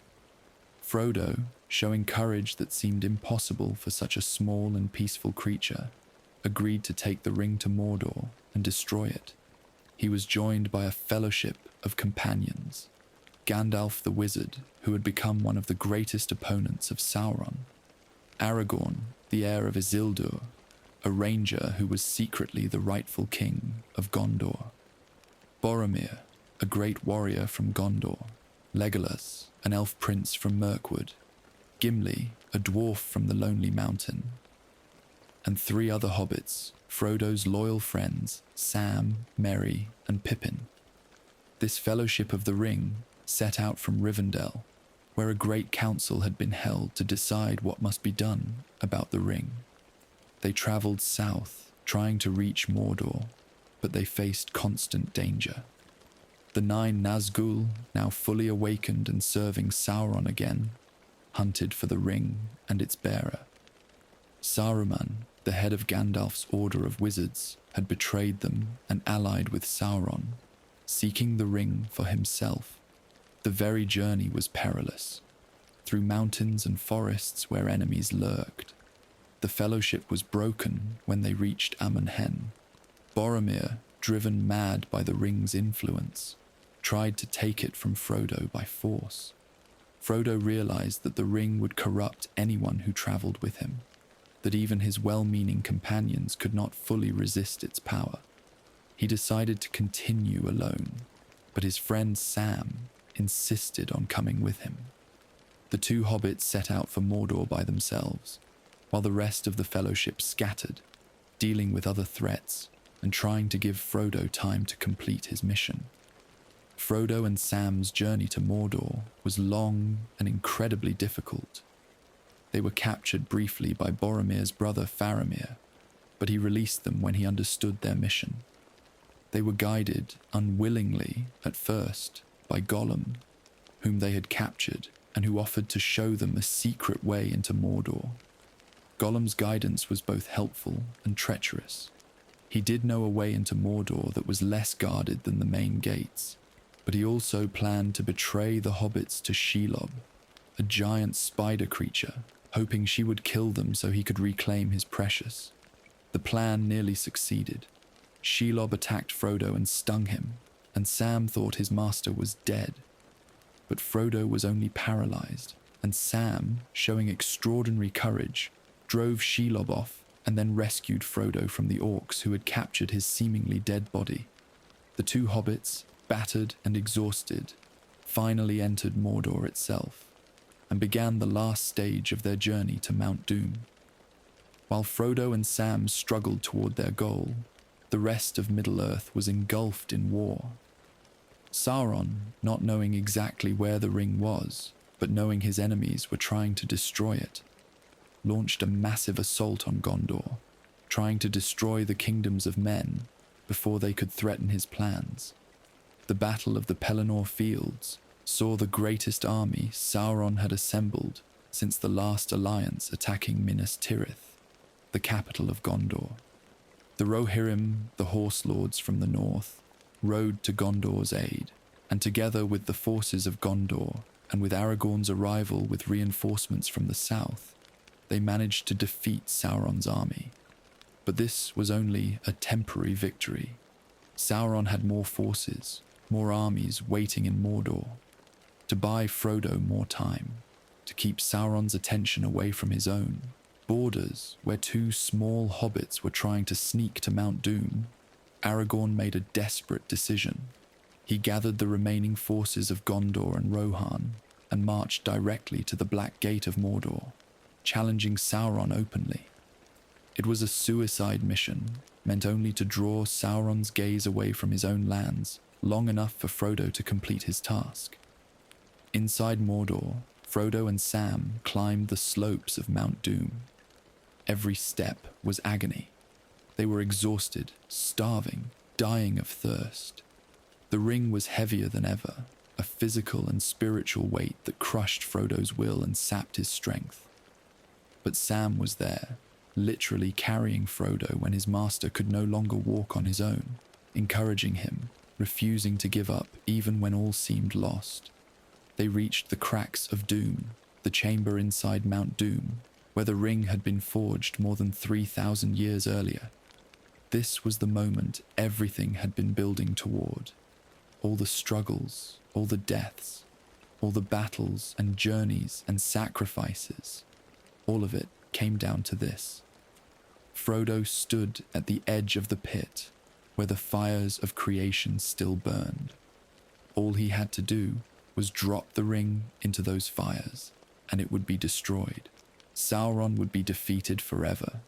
The evil that had haunted Middle-earth for ages would finally end. But Frodo couldn't do it. The ring had complete hold of him now, in this place of its making, where its power was strongest. Instead of destroying it, Frodo claimed it for himself.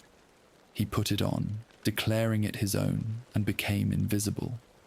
The moment he did this, Sauron knew. The Dark Lord realized suddenly where the ring was, realized that someone was in Mount Doom about to destroy it or claim it. He sent the Nazgûl flying at top speed toward the mountain, but it was too late for him to stop what happened next.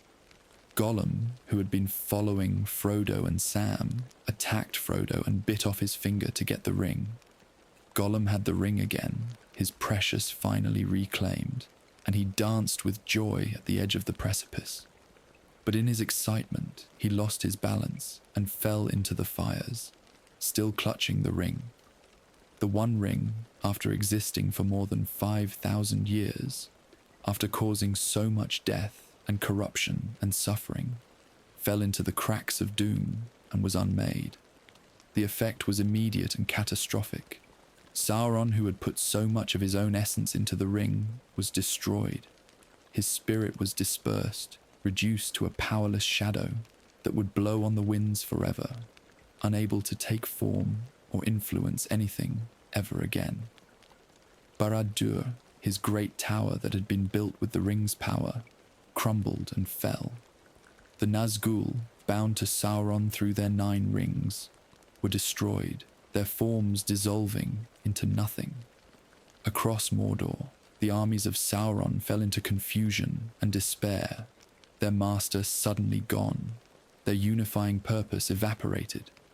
But the destruction of the One Ring had other consequences too, consequences that were bittersweet for the bearers of the three.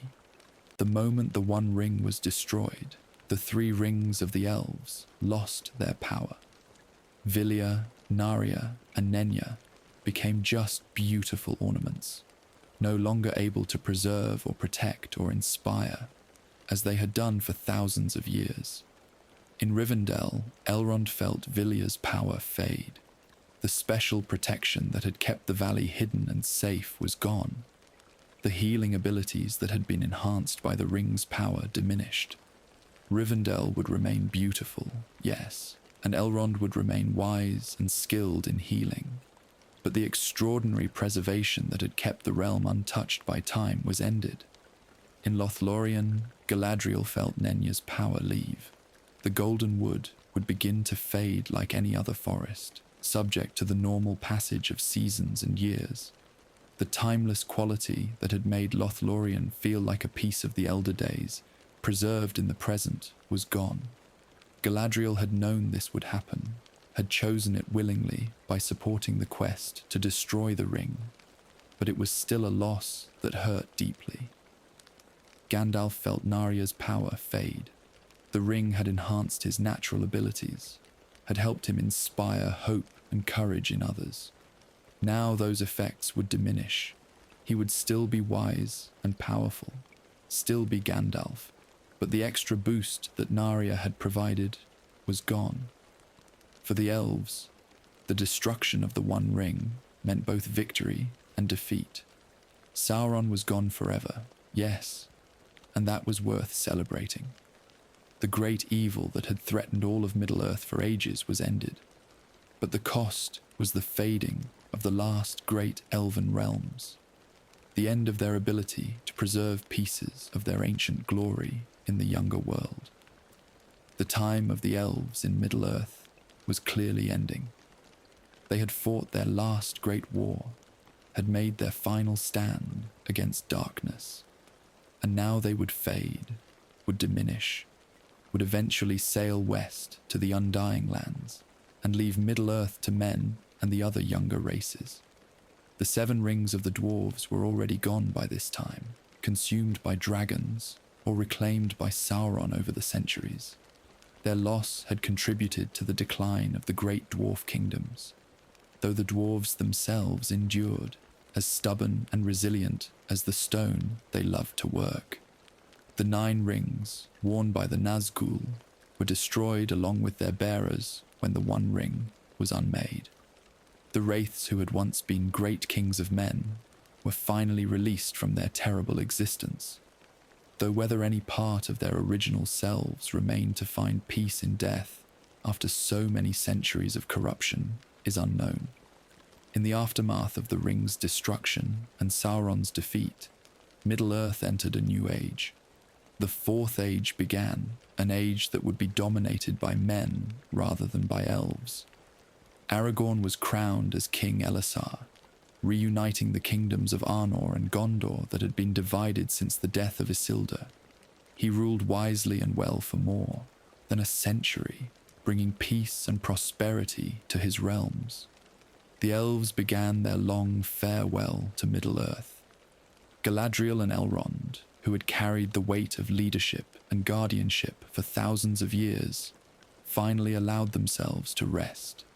They sailed west to the Undying Lands, taking with them the 3 rings that no longer held power, but that still represented the peak of elven craft and the long history of their people's struggles in Middle-earth. Gandalf, who was not actually a mortal wizard, but one of the Maiar spirits sent to help Middle-earth oppose Sauron, also sailed west. His mission was complete. He had guided the free peoples through the Great Crisis, had helped to ensure that Sauron was defeated, and now he could return to Valinor and report to the Valar that the task had been accomplished. Even the ring-bearers who had carried the One Ring, though they were mortals who would normally have no right to sail west, were granted special permission to go to the Undying Lands. Bilbo and Frodo, who had been deeply hurt by carrying the ring, who bore wounds in spirit and body that could not be healed in Middle-earth, sailed west with the elves. Sam, who had briefly carried the ring when he thought Frodo was dead, and who had borne it back to his master, eventually followed years later, after living a long and full life in the Shire. The rings of power, all 20 of them, were ended. The One Ring was destroyed, unmade in the fires that created it, its atoms scattered so thoroughly that it could never be reconstructed. The 9 rings were destroyed with the Nazgûl they had bound. The 7 rings were already gone, victims of dragon fire or reclaimed by Sauron, and then lost in his final defeat. The 3 rings lost their power when the one was destroyed, and though they still physically existed for a time, they were taken into the west and removed from Middle-earth forever. The age of the Rings of Power had ended. For more than 5,000 years, from their forging in the Second Age until their destruction at the end of the Third Age, the rings had shaped the history of Middle-earth in profound ways. They had been created with good intentions, meant to preserve beauty and to give power to resist the fading of glory and the decay brought by time. But they had been corrupted in their making, twisted to serve Sauron's goal of domination, and they had brought more harm than good. The 9 rings had turned great kings into undead monsters who served evil for thousands of years, who hunted and killed on Sauron's command, who spread fear wherever they went. The 7 rings had inflamed greed in dwarf kingdoms, leading to the awakening of ancient evils and the attraction of dragons, contributing to the fall of proud realms. Even the 3 rings, though pure in themselves, had created a kind of trap for the elves, giving them the ability to preserve their realms, but binding them to the existence of the One Ring in ways that ultimately forced them to choose between using their rings under Sauron's potential control or destroying the One and losing the Three's power forever.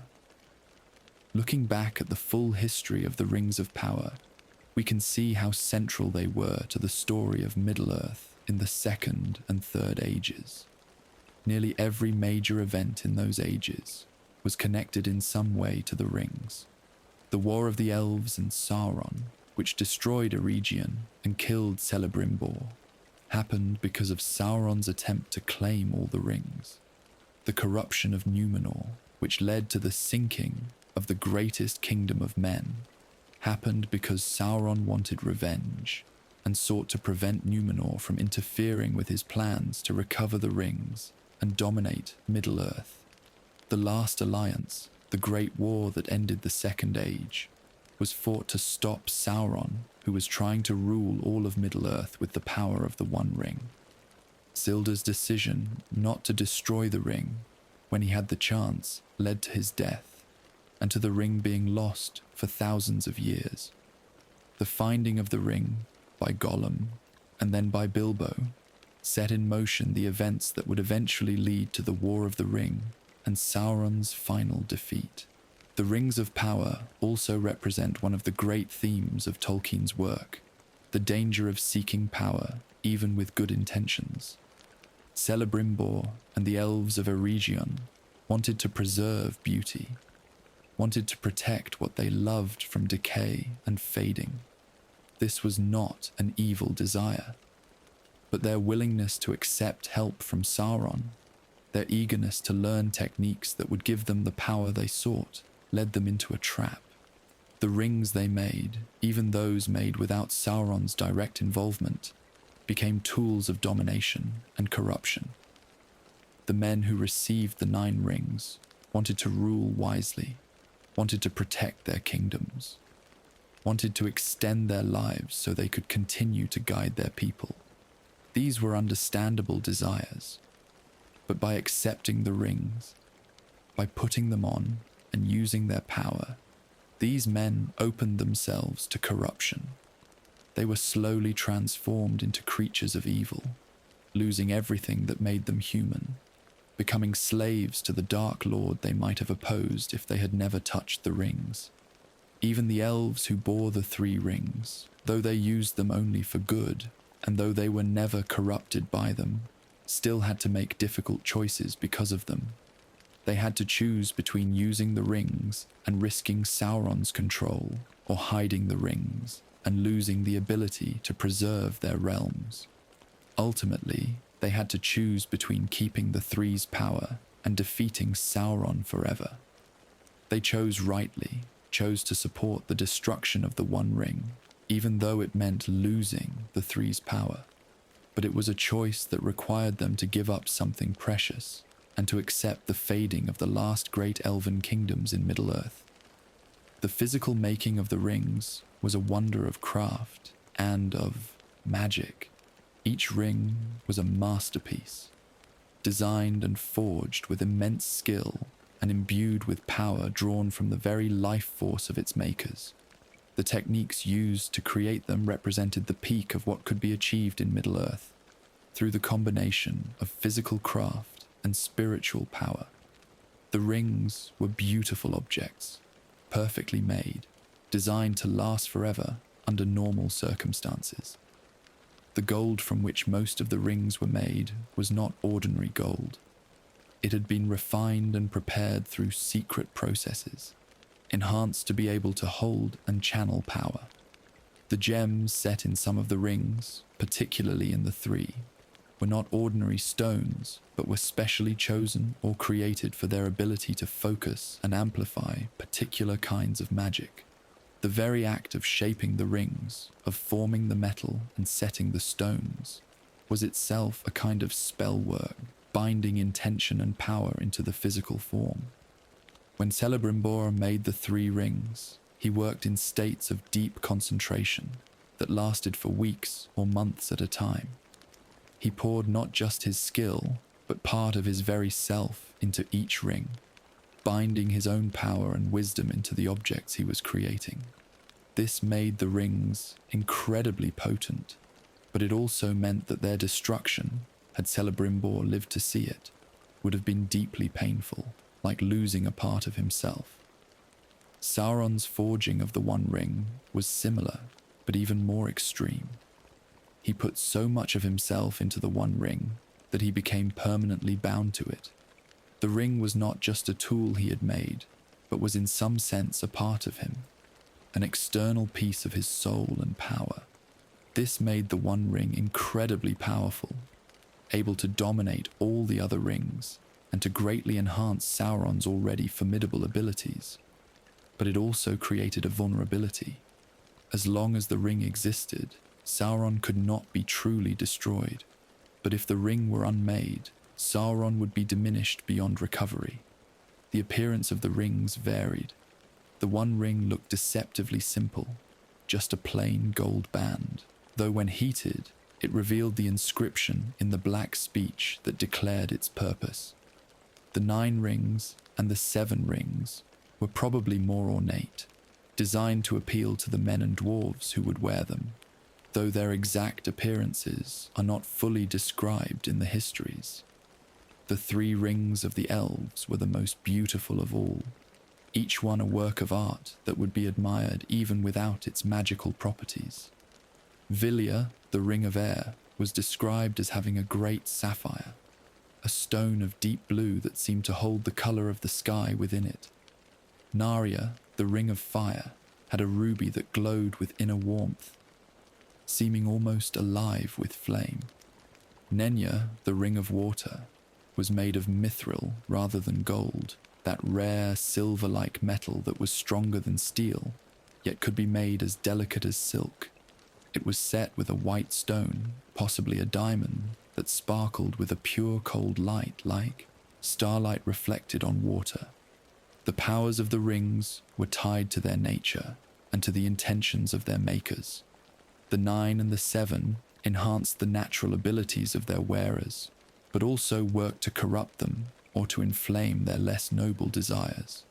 The 9 gave men extended life, enhanced senses and mental abilities, greater power to command and persuade, but they also slowly turned the bearers toward darkness, made them cold and cruel, eventually transforming them into wraiths. The 7 gave dwarves enhanced ability to find treasure, to work with precious metals and stones, to accumulate wealth. But they also made the dwarves more greedy, more obsessive about their hoards, more likely to take risks that would endanger their kingdoms. The 3 rings had more specific and purely beneficial powers. Vilya enhanced understanding and wisdom, gave its bearer power to inspire others and to heal both physical and spiritual wounds, helped in preserving knowledge and in seeing through deceptions. Narya kindled hope and courage in others, helped people resist despair and domination, inspired them to keep fighting even when situations seemed hopeless. Nenya preserved and protected, kept things from decay and corruption, created and maintained places of beauty and safety. One crucial aspect of the ring's power was their ability to extend the lives of their bearers. This was true of all the rings, not just the one. Bilbo and Frodo, who carried the One Ring for relatively short periods, were both preserved by it, aging much more slowly than normal hobbits. The 9 men who became Nazgûl had their lives extended for thousands of years, though they were not truly alive in any meaningful sense by the end. Even the dwarves who wore the 7 lived longer than they otherwise would have, though the effect was less dramatic because dwarves naturally lived longer than men anyway.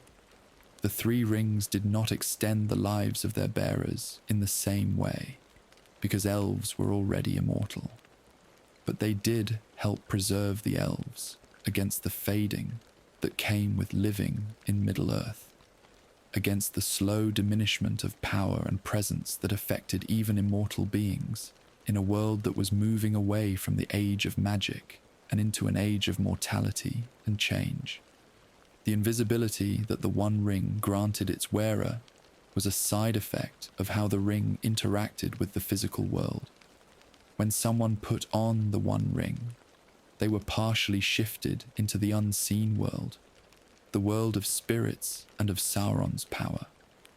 In that state, they became invisible to normal sight, but became more visible to beings like the Nazgûl, who existed primarily in that unseen realm.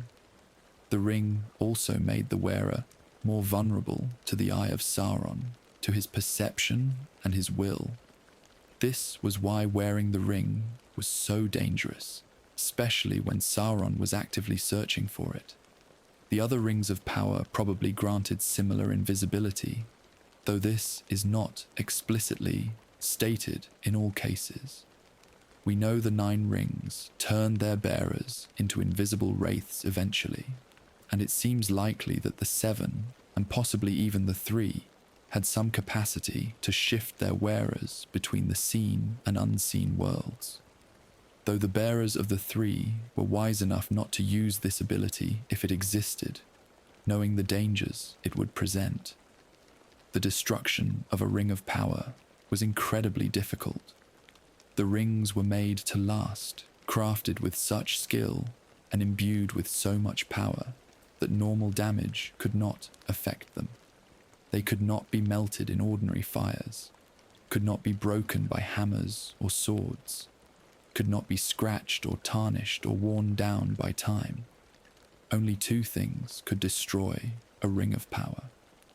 The first was dragon fire, the incredibly hot flames breathed by the greatest of dragons, which could melt even enchanted metals. The second was the fires of Mount Doom, the volcanic fires in which the rings had been forged, which had special properties that could unmake what had been made there. The difficulty of destroying the rings was both a strength and a weakness for Sauron's plan. It meant the rings would not accidentally be destroyed, would not be lost to simple misfortune or the passage of time, but it also meant that if his enemies ever got hold of the One Ring and were determined enough to reach Mount Doom, they could destroy it and end his power forever. Sauron had thought this was effectively impossible, that no one would have the courage or the ability to walk into Mordor and reach the cracks of Doom. He was almost right. It took 2 of the smallest, least powerful beings in Middle-earth, aided by tremendous luck and by the unexpected intervention of Gollum, to accomplish what the great and mighty could not have done. The inscription on the One Ring, the spell written in the Black Speech and in Elvish letters, was central to understanding the ring's purpose and power. The full verse, which Gandalf recited in the common tongue to Frodo, goes: 3 rings for the elven kings under the sky, 7 for the Dwarf-lords in their halls of stone, 9 for mortal men doomed to die, 1 ring to rule them all, 1 ring to find them, 1 ring to bring them all, and in the darkness bind them in the land of Mordor where the shadows lie. This verse was not just a description, but was actually a spell, a binding declaration that established the One Ring's power over all the others. The phrase, "in the darkness bind them," was particularly significant. It meant that the rings would bind their bearers in darkness, in service to Sauron, in corruption and slavery. The darkness was both literal, the darkness of Mordor and of Sauron's power, and metaphorical, the darkness of evil and of domination. When Sauron first put on the One Ring and spoke this spell, claiming the ring's power and asserting its dominion over all the other rings, the elves immediately knew. They felt the binding, felt the claim of dominance, and they rejected it instantly. This immediate awareness and rejection was one of the few bright moments in the tragic story of the Rings of Power. The elves, despite having been deceived by Sauron, despite having made the rings under his influence, still had enough wisdom and strength to resist when the moment came. The blood pact that Celebrimbor and the Gwaith Myrdain might have made with Sauron, if such a thing existed beyond the general bond of teacher and student, would have added another layer of tragedy to the story. To be bound by oath or by blood to someone who betrayed you so completely, to have your own commitment and trust turned into a weapon against you, would have been a nightmare scenario. Whether such a formal pact existed, or whether it was simply the bond created by shared work and by techniques learned from a teacher, the effect was similar.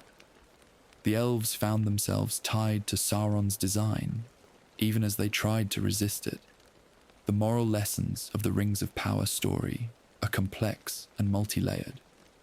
On one level, it's a story about the dangers of seeking power, even with good intentions.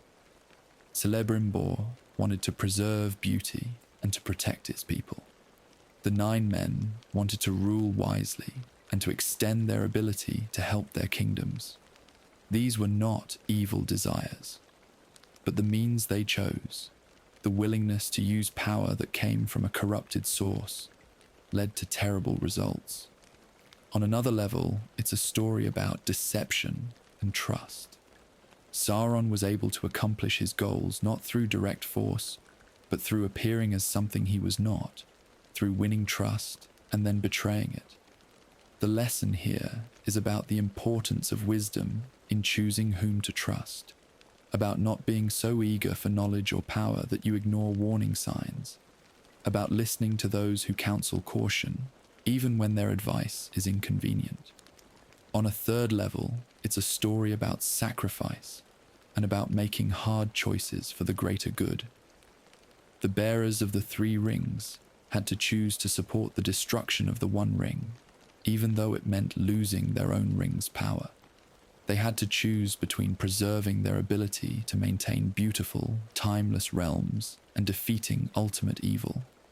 They chose rightly, but it cost them dearly. And finally, it's a story about how even the smallest and weakest beings can make a difference in great events. The Rings of Power were made by the greatest craftsmen, were wielded by powerful lords and kings, were sought by the mightiest wizards and warriors. But in the end, it was two hobbits, creatures that most of Middle-earth had never even heard of, who carried the One Ring to its destruction. And even their success required the unintended help of Gollum, a pitiful, corrupted creature whom everyone had dismissed as worthless. The great and mighty played their parts, yes, but the truly crucial role fell to the small and seemingly insignificant. The legacy of the Rings of Power extended far beyond their physical existence. They shaped the history of Middle-earth for thousands of years, influenced the rise and fall of kingdoms, caused wars and betrayals and great sacrifices. The memory of them would be preserved in songs and stories, in the histories written by elves and by men, in the tales passed down through generations. In Gondor, the story of Isildur's failure to destroy the ring when he had the chance became a source of both shame and determination. The kings of Gondor knew that their line carried the burden of that ancient mistake, and many of them dedicated themselves to opposing Sauron at least partly to make up for their ancestors' failure. When Aragorn finally came to claim the throne, his willingness to support the destruction of the ring, even knowing that if Isildur had destroyed it, his own claim to kingship would be much stronger and less disputed, showed that he had learned from the past and would not repeat its mistakes. In the Shire, the story of Bilbo and Frodo's adventures with the ring became legendary, though most hobbits never fully understood just how significant those events were. To most hobbits, it was a grand adventure story, exciting and dramatic, certainly, but not something that had truly affected their daily lives or the wider world.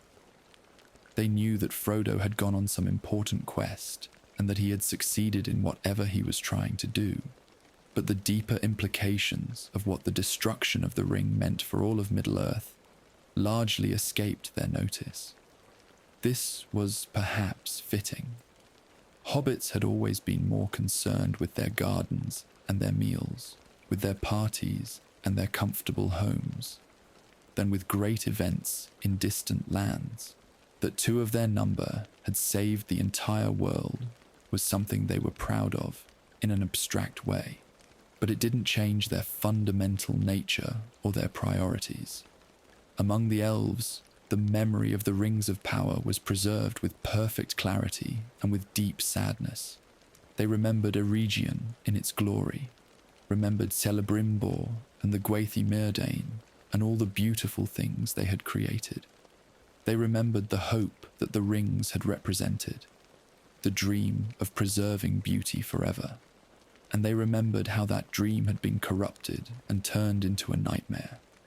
The elves who sailed west to the Undying Lands carried those memories with them, and in the timeless halls of Valinor, they would tell the story of the rings to new generations, ensuring that the lessons learned would not be forgotten. The dwarves remembered their 7 rings with mixed feelings. The rings had brought great wealth to the kingdoms that possessed them, yes, but they had also brought disaster. The fall of Khazad-dûm, the attacks by dragons, the loss of so many dwarf-lords and their halls, all of this was connected to the 7 rings in various ways. The dwarves took pride in the fact that their people had resisted the rings' attempts at domination, that no dwarf had become a slave to Sauron, the way the 9 men had become Nazgûl. But they also acknowledged that the rings had inflamed greed and had contributed to the decline of their great kingdoms during the Second and Third Ages. For the men of Middle-earth, the story of the rings became entangled with their broader history of struggles against darkness. The 9 rings and the transformation of great kings into the Nazgûl served as a cautionary tale about the dangers of accepting power from questionable sources and about how even the mightiest can fall if they are not careful. The fact that men had been the most vulnerable to the ring's corruption, the most easily turned into servants of evil, was a source of shame but also of determination. Men in the Fourth Age would work to prove that they could resist temptation, that they could rule wisely without needing magical enhancements, that they could build great kingdoms through their own strength and wisdom rather than through borrowed power. The destruction of the Rings of Power marked the end of what might be called the Age of Magic in Middle-earth.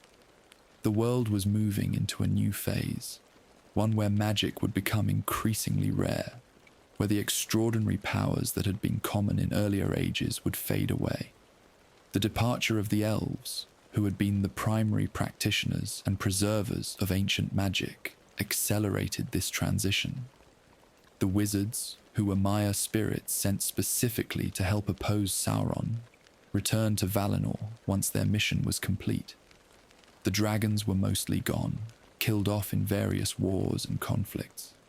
The Balrogs were destroyed or driven into such deep hiding that they might as well be gone. The Fourth Age would be an age of men, an age of more mundane concerns, of building kingdoms and roads and cities through ordinary labor, rather than through magical craft. This was not necessarily a bad thing. The power that the rings represented, the ability to preserve things unchanged, and to extend life beyond natural limits, was seductive precisely because it seemed to offer a way to avoid loss and change. But loss and change are natural parts of existence. The attempt to hold on to things forever, to prevent natural endings and transitions, was part of what made the rings dangerous. The Fourth Age would be an age where people learned to accept mortality and change, to find beauty in things precisely because they were temporary, to build and create knowing that what they made would not last forever, but would be valuable for the time it existed. The knowledge of how to make rings of power died with Celebrimbor and Sauron. No one in later ages could replicate what they had done, even if they wanted to.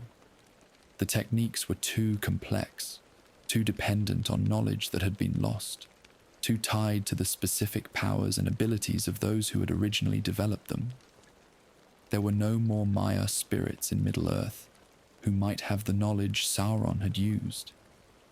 There were no more elven smiths with the combination of skill and power that Celebrimbor had possessed.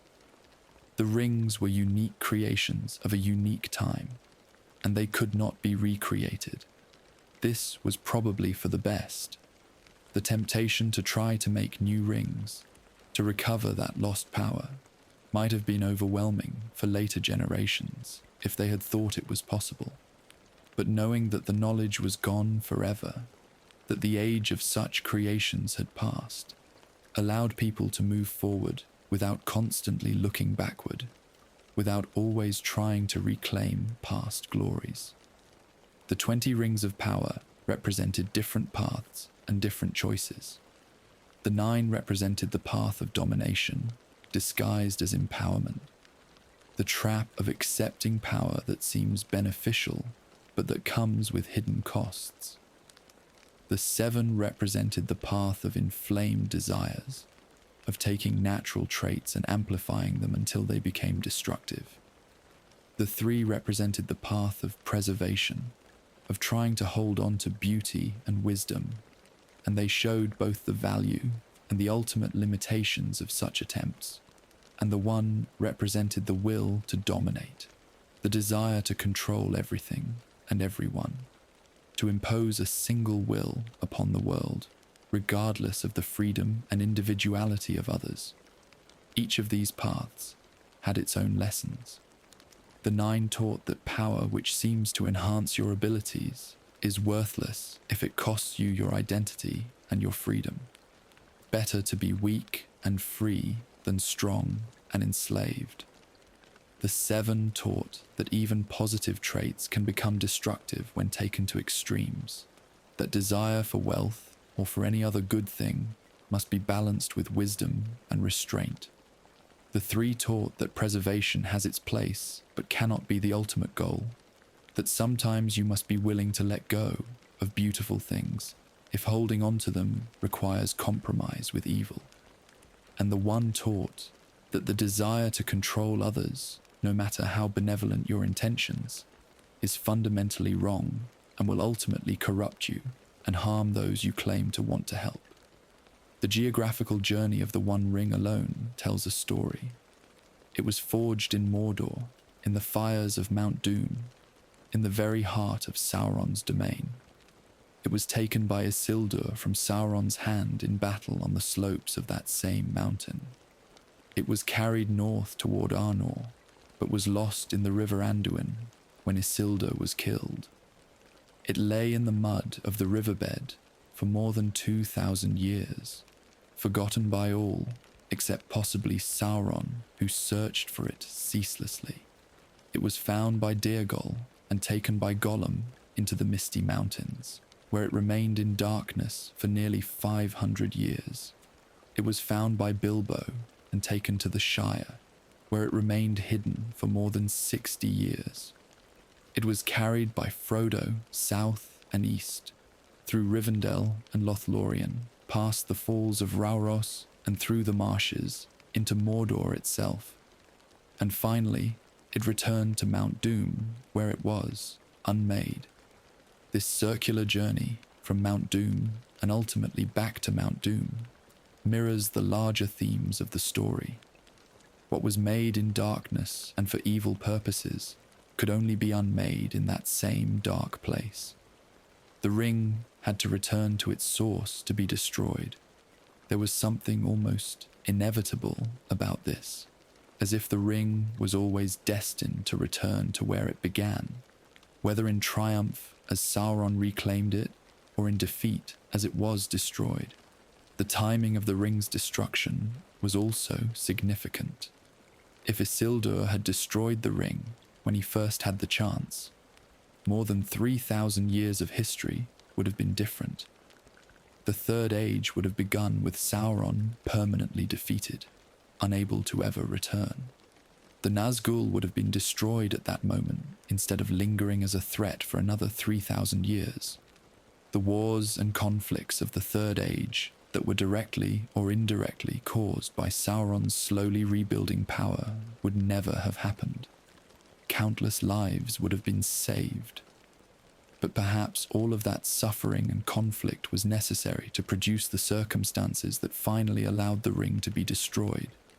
Isildur was too strong, too proud, too connected to power and glory to give up the ring. He claimed it as his own and fell under its influence immediately.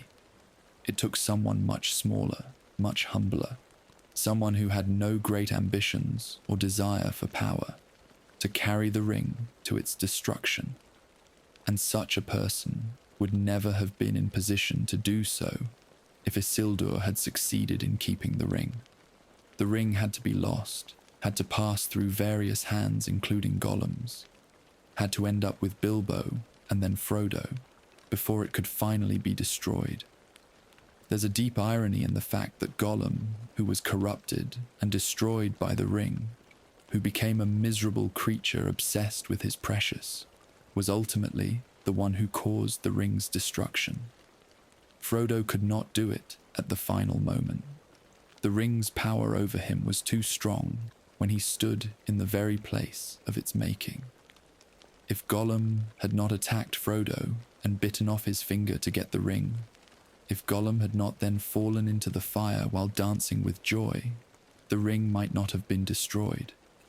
Frodo might have left Mount Doom still wearing the ring, might have fallen completely under Sauron's control, and all the suffering and sacrifice that had brought them to that point would have been for nothing. So in a strange way, Gollum's obsession, his centuries of being corrupted by the ring, his tracking of Frodo all the way to Mount Doom, all of this served the ultimate purpose of destroying the ring, even though that was the last thing Gollum wanted. There's a suggestion here of a deeper providence at work, of forces beyond the understanding of the participants guiding events toward their necessary conclusion. Gandalf once told Frodo that Gollum had some part yet to play, for good or ill, before the end. This prophecy proved true in ways that probably surprised even Gandalf. The psychological effects of the rings, particularly of the One Ring, deserve deeper consideration. The ring worked on the minds of those who possessed it, or even those who were merely near it. It amplified desires and fears, made the bearer possessive and secretive, created a sense that the ring was precious beyond all other things and must be protected at any cost. These effects were not obvious magical compulsions, where the bearer was aware of being controlled. Instead, they felt like the bearer's own thoughts and feelings, like natural reactions that made perfect sense at the time. Bilbo felt that the ring was his, won fairly in a riddle game, and that he had every right to keep it. When Gandalf suggested he should leave it behind, Bilbo became angry and defensive in ways that were completely unlike his normal personality. It was only through tremendous effort and through Gandalf's help that Bilbo managed to overcome the ring's hold enough to leave it for Frodo. Even then, Even after he had left the ring behind and had spent years away from it in Rivendell, Bilbo still felt its pull. When he saw the ring again, briefly, his face changed, became hungry and grasping, showing how deep the ring's influence had gone. Frodo experienced similar effects, but even more intensely because he carried the ring for much longer and in much more dangerous circumstances.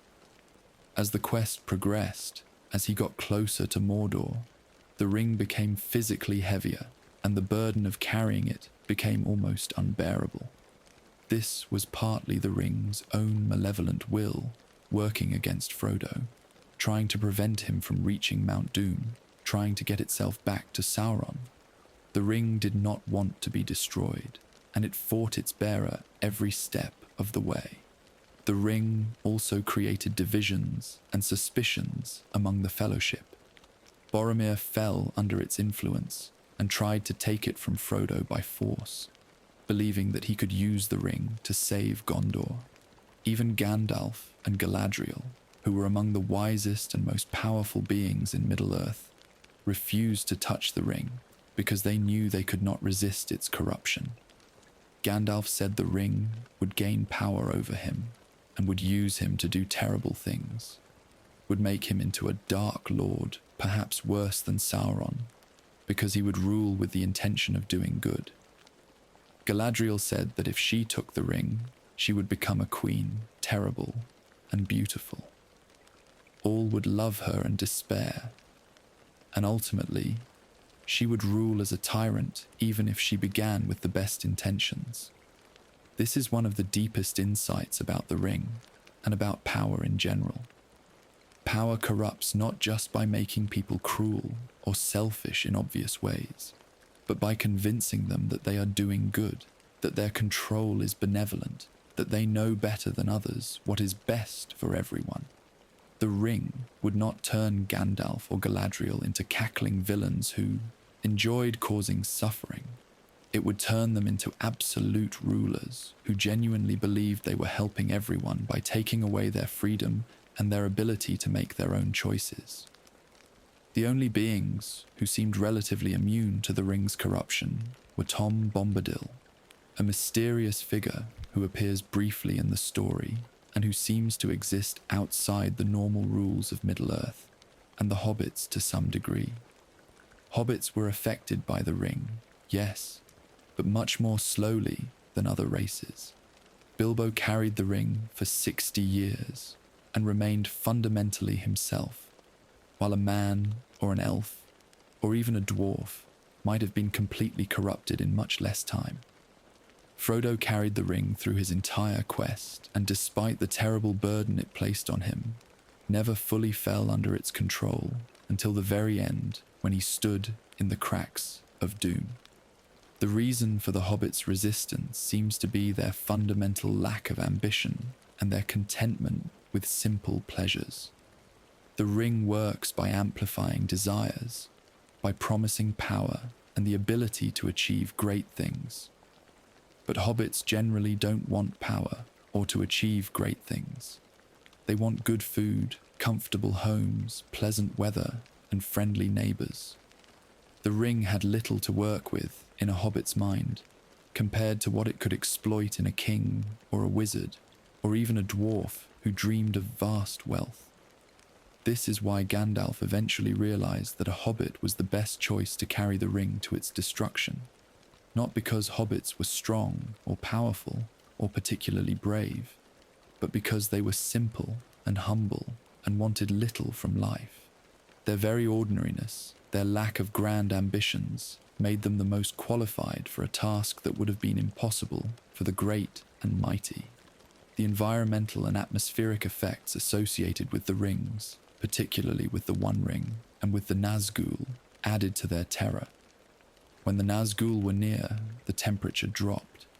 People felt a chill that was not just physical, but spiritual, a coldness that crept into their hearts and made them feel despair.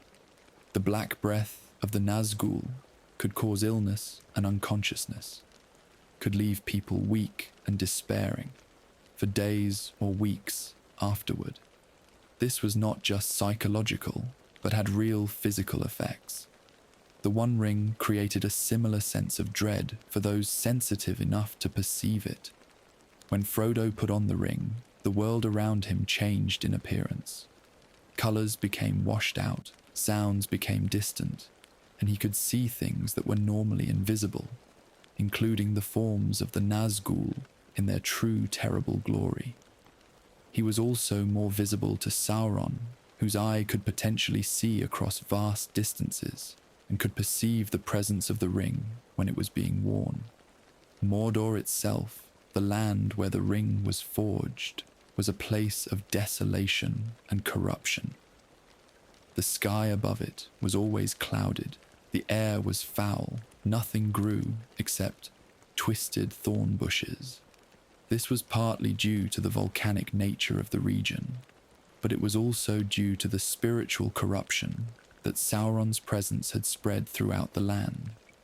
The ring was connected to Mordor in fundamental ways, and its presence in the world maintained that corruption.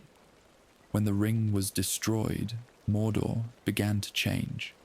The towers fell, the clouds began to clear, and eventually, very slowly, life might return to that ruined land. The political implications of the rings shaped kingdoms and alliances throughout the Second and Third Ages. The fear of Sauron and of the power he wielded through the One Ring drove much of the political landscape. Kingdoms that might have been rivals instead allied with each other to oppose Sauron. The last alliance brought together elves and men in unprecedented cooperation. The War of the Ring saw alliances between men of Gondor, men of Rohan, elves from Rivendell and Lothlorien, dwarves from Erebor, and hobbits from the Shire, all united against the common threat. But the rings also created divisions. The 9 men who became Nazgûl had once been kings of various realms, and their corruption and transformation removed those kingdoms from the forces that might have opposed Sauron. The 7 rings in the dwarf kingdoms, while not turning dwarves into Sauron's servants, still caused indirect harm that weakened potential allies. The secrecy surrounding the 3 rings, the need to hide their existence and their powers even from potential allies, created complications in coordinating resistance against Sauron. The concentration of power that the rings represented also posed problems for governance and legitimacy. In Gondor, the kings eventually failed, and the realm was ruled by stewards who held power in the king's name, but who knew that no true king existed. This was partly because the line of kings had died out, or had abandoned the throne, but it created a power vacuum that left Gondor weaker than it might otherwise have been. Only when Aragorn finally came to claim the throne, proving his legitimacy through various signs and through his role in the defeat of Sauron, could Gondor return to strong, centralized rule under a rightful king. The economic effects of the rings, particularly of the 7 rings in dwarf kingdoms, cannot be ignored either. The great wealth that accumulated in kingdoms possessing one of the 7 created economic power, but also economic targets. Dragons were drawn to these hordes, yes, but so were thieves, raiders, and conquerors. A dwarf kingdom known to possess tremendous wealth would face constant threats from those who wanted to plunder that wealth. The need to defend vast treasuries drained resources and manpower that might have been used for other purposes. The wealth was also destabilizing in other ways. It created inequality within dwarf society, with those close to the ring-bearer often becoming wealthier themselves while ordinary dwarves might see little benefit. It encouraged risky mining expeditions in pursuit of ever more gold and gems, expeditions that sometimes awakened ancient evils or caused structural instabilities that led to disasters. The collapse of entire sections of dwarf kingdoms due to overmining was not uncommon, and the influence of the 7 rings in encouraging such excessive delving was a contributing factor. The cultural impact of the rings shows up in the art, literature, and oral traditions of Middle-earth's various peoples. Songs were written about the rings and about the great deeds associated with them. The tale of Celebrimbor and his betrayal became a tragic ballad sung in elven halls. The story of the 9 who became Nazgûl was told as a warning to the young about the dangers of accepting gifts that seemed too good to be true.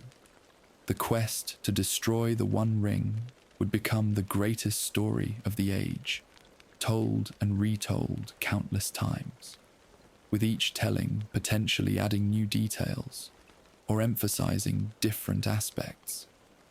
In artistic representations, the rings themselves were depicted in various ways. Elven artists might show the 3 rings as objects of surpassing beauty, emphasizing their good purposes and the pure intentions of their maker. Human artists might focus on the One Ring and its terrible power, showing it as something dark and menacing. Dwarven craftsmen might create replicas of rings as artistic exercises, trying to capture something of the beauty of the originals while deliberately making them powerless as symbols rather than as functional magical items. The theological or philosophical implications of the rings relate to questions about power, free will, and the nature of good and evil. The rings raised questions about whether it was ever acceptable to use evil means to achieve good ends. Could the One Ring have been used to defeat Sauron if wielded by someone with good intentions? Gandalf and Galadriel both said no, that the ring could not be used for good because it would corrupt anyone who tried to use it. But not everyone agreed with this assessment. Boromir thought the ring could be used as a weapon against Sauron. Saruman apparently thought he could control the ring if he obtained it. The story ultimately validates Gandalf and Galadriel's view. The ring could not be used for good. It could only be destroyed. There was no third option. This suggests a deep truth about certain kinds of power, that some tools are so corrupted in their nature that they cannot be redeemed or used for good purposes, no matter how noble the user's intentions. The only way to truly defeat such power is to reject it completely, to destroy it rather than to try to control it or turn it to good purposes. The rings also raised questions about predestination versus free will. Was Frodo fated to carry the ring to Mount Doom, or did he choose this path freely? Both seem to be true in some sense. There were forces at work that guided events, that arranged circumstances so that Frodo would be in position to attempt the quest. But at every step, Frodo had the choice to give up, to fail, to surrender to the ring's power. He chose to continue, chose to resist the ring as long as he could, chose to trust his friends and to keep moving forward, even when all seemed hopeless. Even his final failure at the cracks of doom was in some sense a free choice, the ring's power overwhelming his will at the moment when its influence was strongest. The fact that the ring was ultimately destroyed, not by Frodo's intention, but by Gollum's accident, adds another layer to these questions. If Frodo had succeeded in throwing the ring into the fire himself, it would have been a clear case of free will triumphing over the power of evil. But because Gollum intervened, because the ring was destroyed essentially by chance, and by the unintended consequences of Gollum's obsession, the situation becomes more ambiguous. Was this providence, some higher power arranging events to ensure the ring's destruction, even when the chosen ring-bearer failed? Or was it simply luck, a fortunate accident that happened to achieve the necessary result? Different peoples and different individuals in Middle-earth would probably answer these questions differently, based on their own beliefs and experiences. But the fact that the questions can be asked, that the story allows for multiple interpretations, gives the tale of the Rings of Power additional depth and staying power.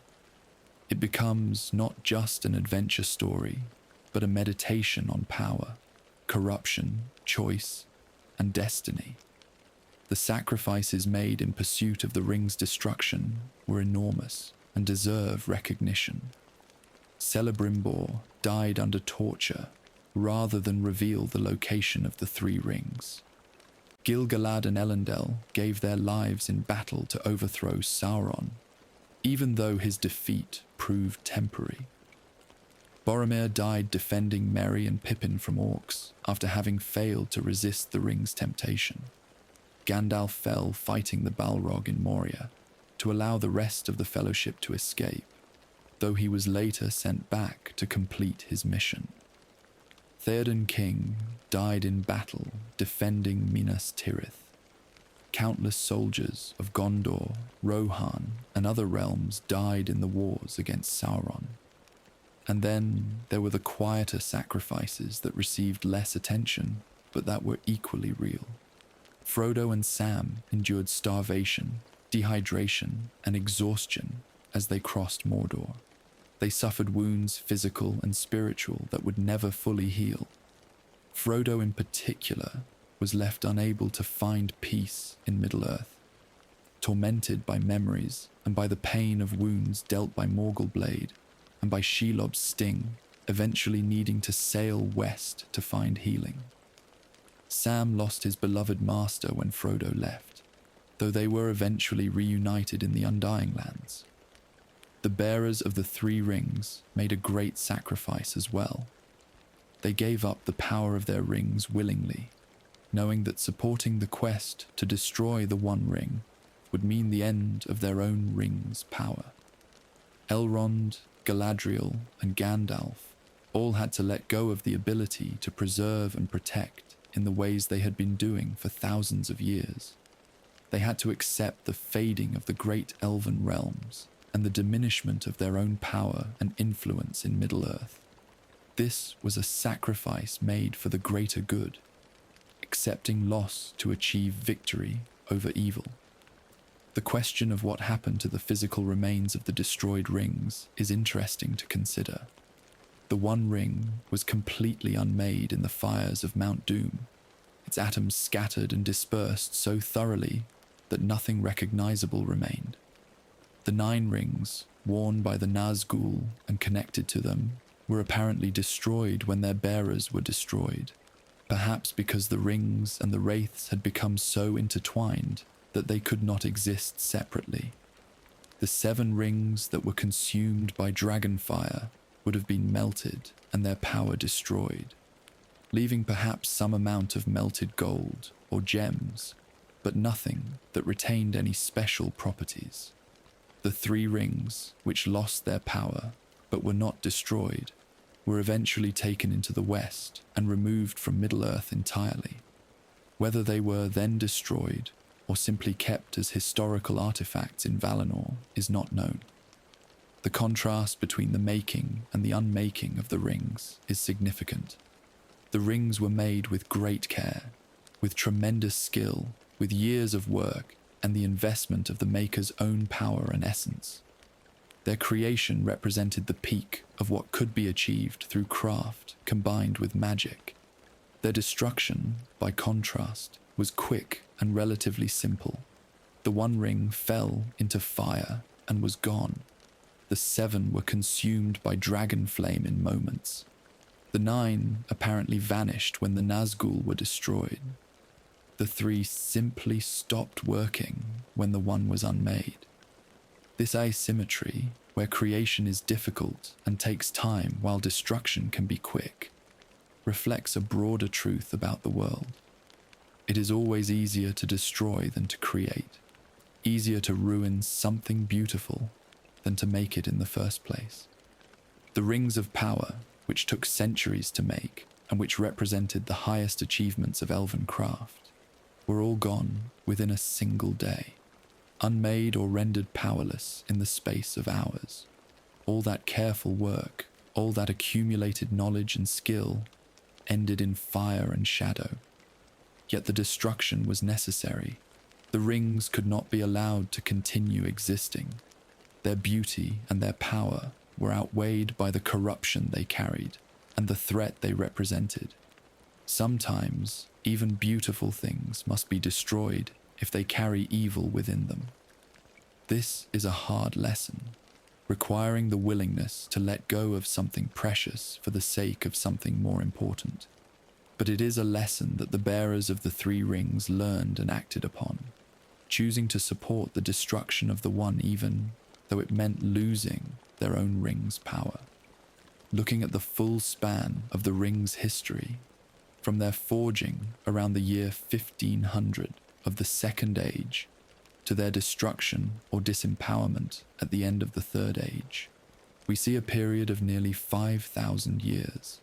5,000 years during which these 20 objects shaped events, influenced decisions, caused wars, corrupted individuals, and ultimately drove much of the history of Middle-earth. Few other artifacts or creations in any world have had such long-lasting and widespread effects. The comparison between the Rings of Power and other legendary artifacts in Middle-earth is instructive. The Silmarils of the First Age were immensely powerful and beautiful, and the desire to possess them drove much of the tragedy of that age. But the Silmarils were not intrinsically corrupting in the way the rings were. They were purely good in themselves, holy jewels that contained the light of the two trees. The evil came from the greed and obsession they inspired in others, not from any corruption within the jewels themselves. The Arkenstone, the great gem that was central to the conflicts in Bilbo's adventure with the dwarves, was similar. It was valuable and beautiful, and people fought over it, but it had no evil power in itself. It did not corrupt those who possessed it beyond the normal human tendency toward greed when confronted with something precious. The One Ring, and to a lesser extent the other rings of power, were different. They were actively corrupting. They worked on their bearers' minds and spirits, amplifying negative traits, encouraging possessiveness and domination. They were not just prizes to be fought over, but were weapons in themselves, tools designed to enslave and to corrupt. This made them more dangerous than any mere treasure or artifact, no matter how valuable. The Palantiri, the seeing stones that could show distant places and allow communication across vast distances, were perhaps the closest equivalent to the rings in terms of being powerful tools that could be misused. Like the rings, the Palantiri could corrupt those who used them, especially if Sauron had access to one of the stones and could influence what others saw. But the Palantiri were not deliberately made for evil purposes the way the One Ring was. They were neutral tools that could be used for good or evil, depending on the user. The rings, especially the One, were designed from the beginning to serve Sauron's purpose of domination. As we come to the end of this exploration of the Rings of Power, as we reflect on their full history and their impact on Middle-earth, several themes emerge clearly. First, the danger of seeking power, even with good intentions. Second, the importance of wisdom in choosing whom to trust and in recognizing deception. Third, the reality that some evils cannot be controlled or redeemed, but must be completely destroyed. Fourth, the value of humility and simplicity in resisting corruption. Fifth, the necessity of sacrifice in achieving important goals. And sixth, the truth that even small and seemingly insignificant beings can play crucial roles in great events. The Rings of Power were beautiful and terrible, masterpieces of craft and monuments to the folly of seeking to preserve things beyond their natural time. They represented the highest achievements of elven smithwork and the deepest corruption of that art. They gave power to their bearers, but enslaved them in the process. They promised preservation, but delivered corruption. They were meant to help resist evil, but became tools of evil instead, with the sole exception of the three, which remained good, but were still bound to the fate of the One. In the end, the world was better for the Ring's destruction. Middle-earth could move forward into a new age, free from the shadow of Sauron and free from the corrupting influence of the rings. The cost was high, the sacrifices great, but the alternative would have been enslavement and darkness for all free peoples. The bearers of the rings, those who fought against them, and especially those who carried the burden of destroying them, earned their place in legend and in the grateful memory of all who came after. As you drift towards sleep tonight, thinking about the rings of power and their long history in Middle-earth, remember the lessons their story teaches. Remember that power always comes at a cost, that beautiful things can carry hidden dangers, that resistance to evil often requires letting go of things we treasure. Remember that the small and humble can achieve what the great and powerful cannot. Remember that choices matter, that even in the face of overwhelming darkness and temptation, there is always the possibility of choosing rightly. And remember that some battles are worth fighting, even when victory seems impossible, even when the cost seems too high, because some things are important enough to sacrifice everything to protect. Thank you for joining me on this journey through the lore and history of the Rings of Power. If you enjoyed this exploration into the deep history of Middle-earth, please consider liking this video and subscribing to the channel for more content like this. May your dreams be peaceful, and may you find rest in knowing that even in the darkest of times, there is always hope, always the possibility that light will triumph over shadow. Sleep well, and until next time, sweet dreams.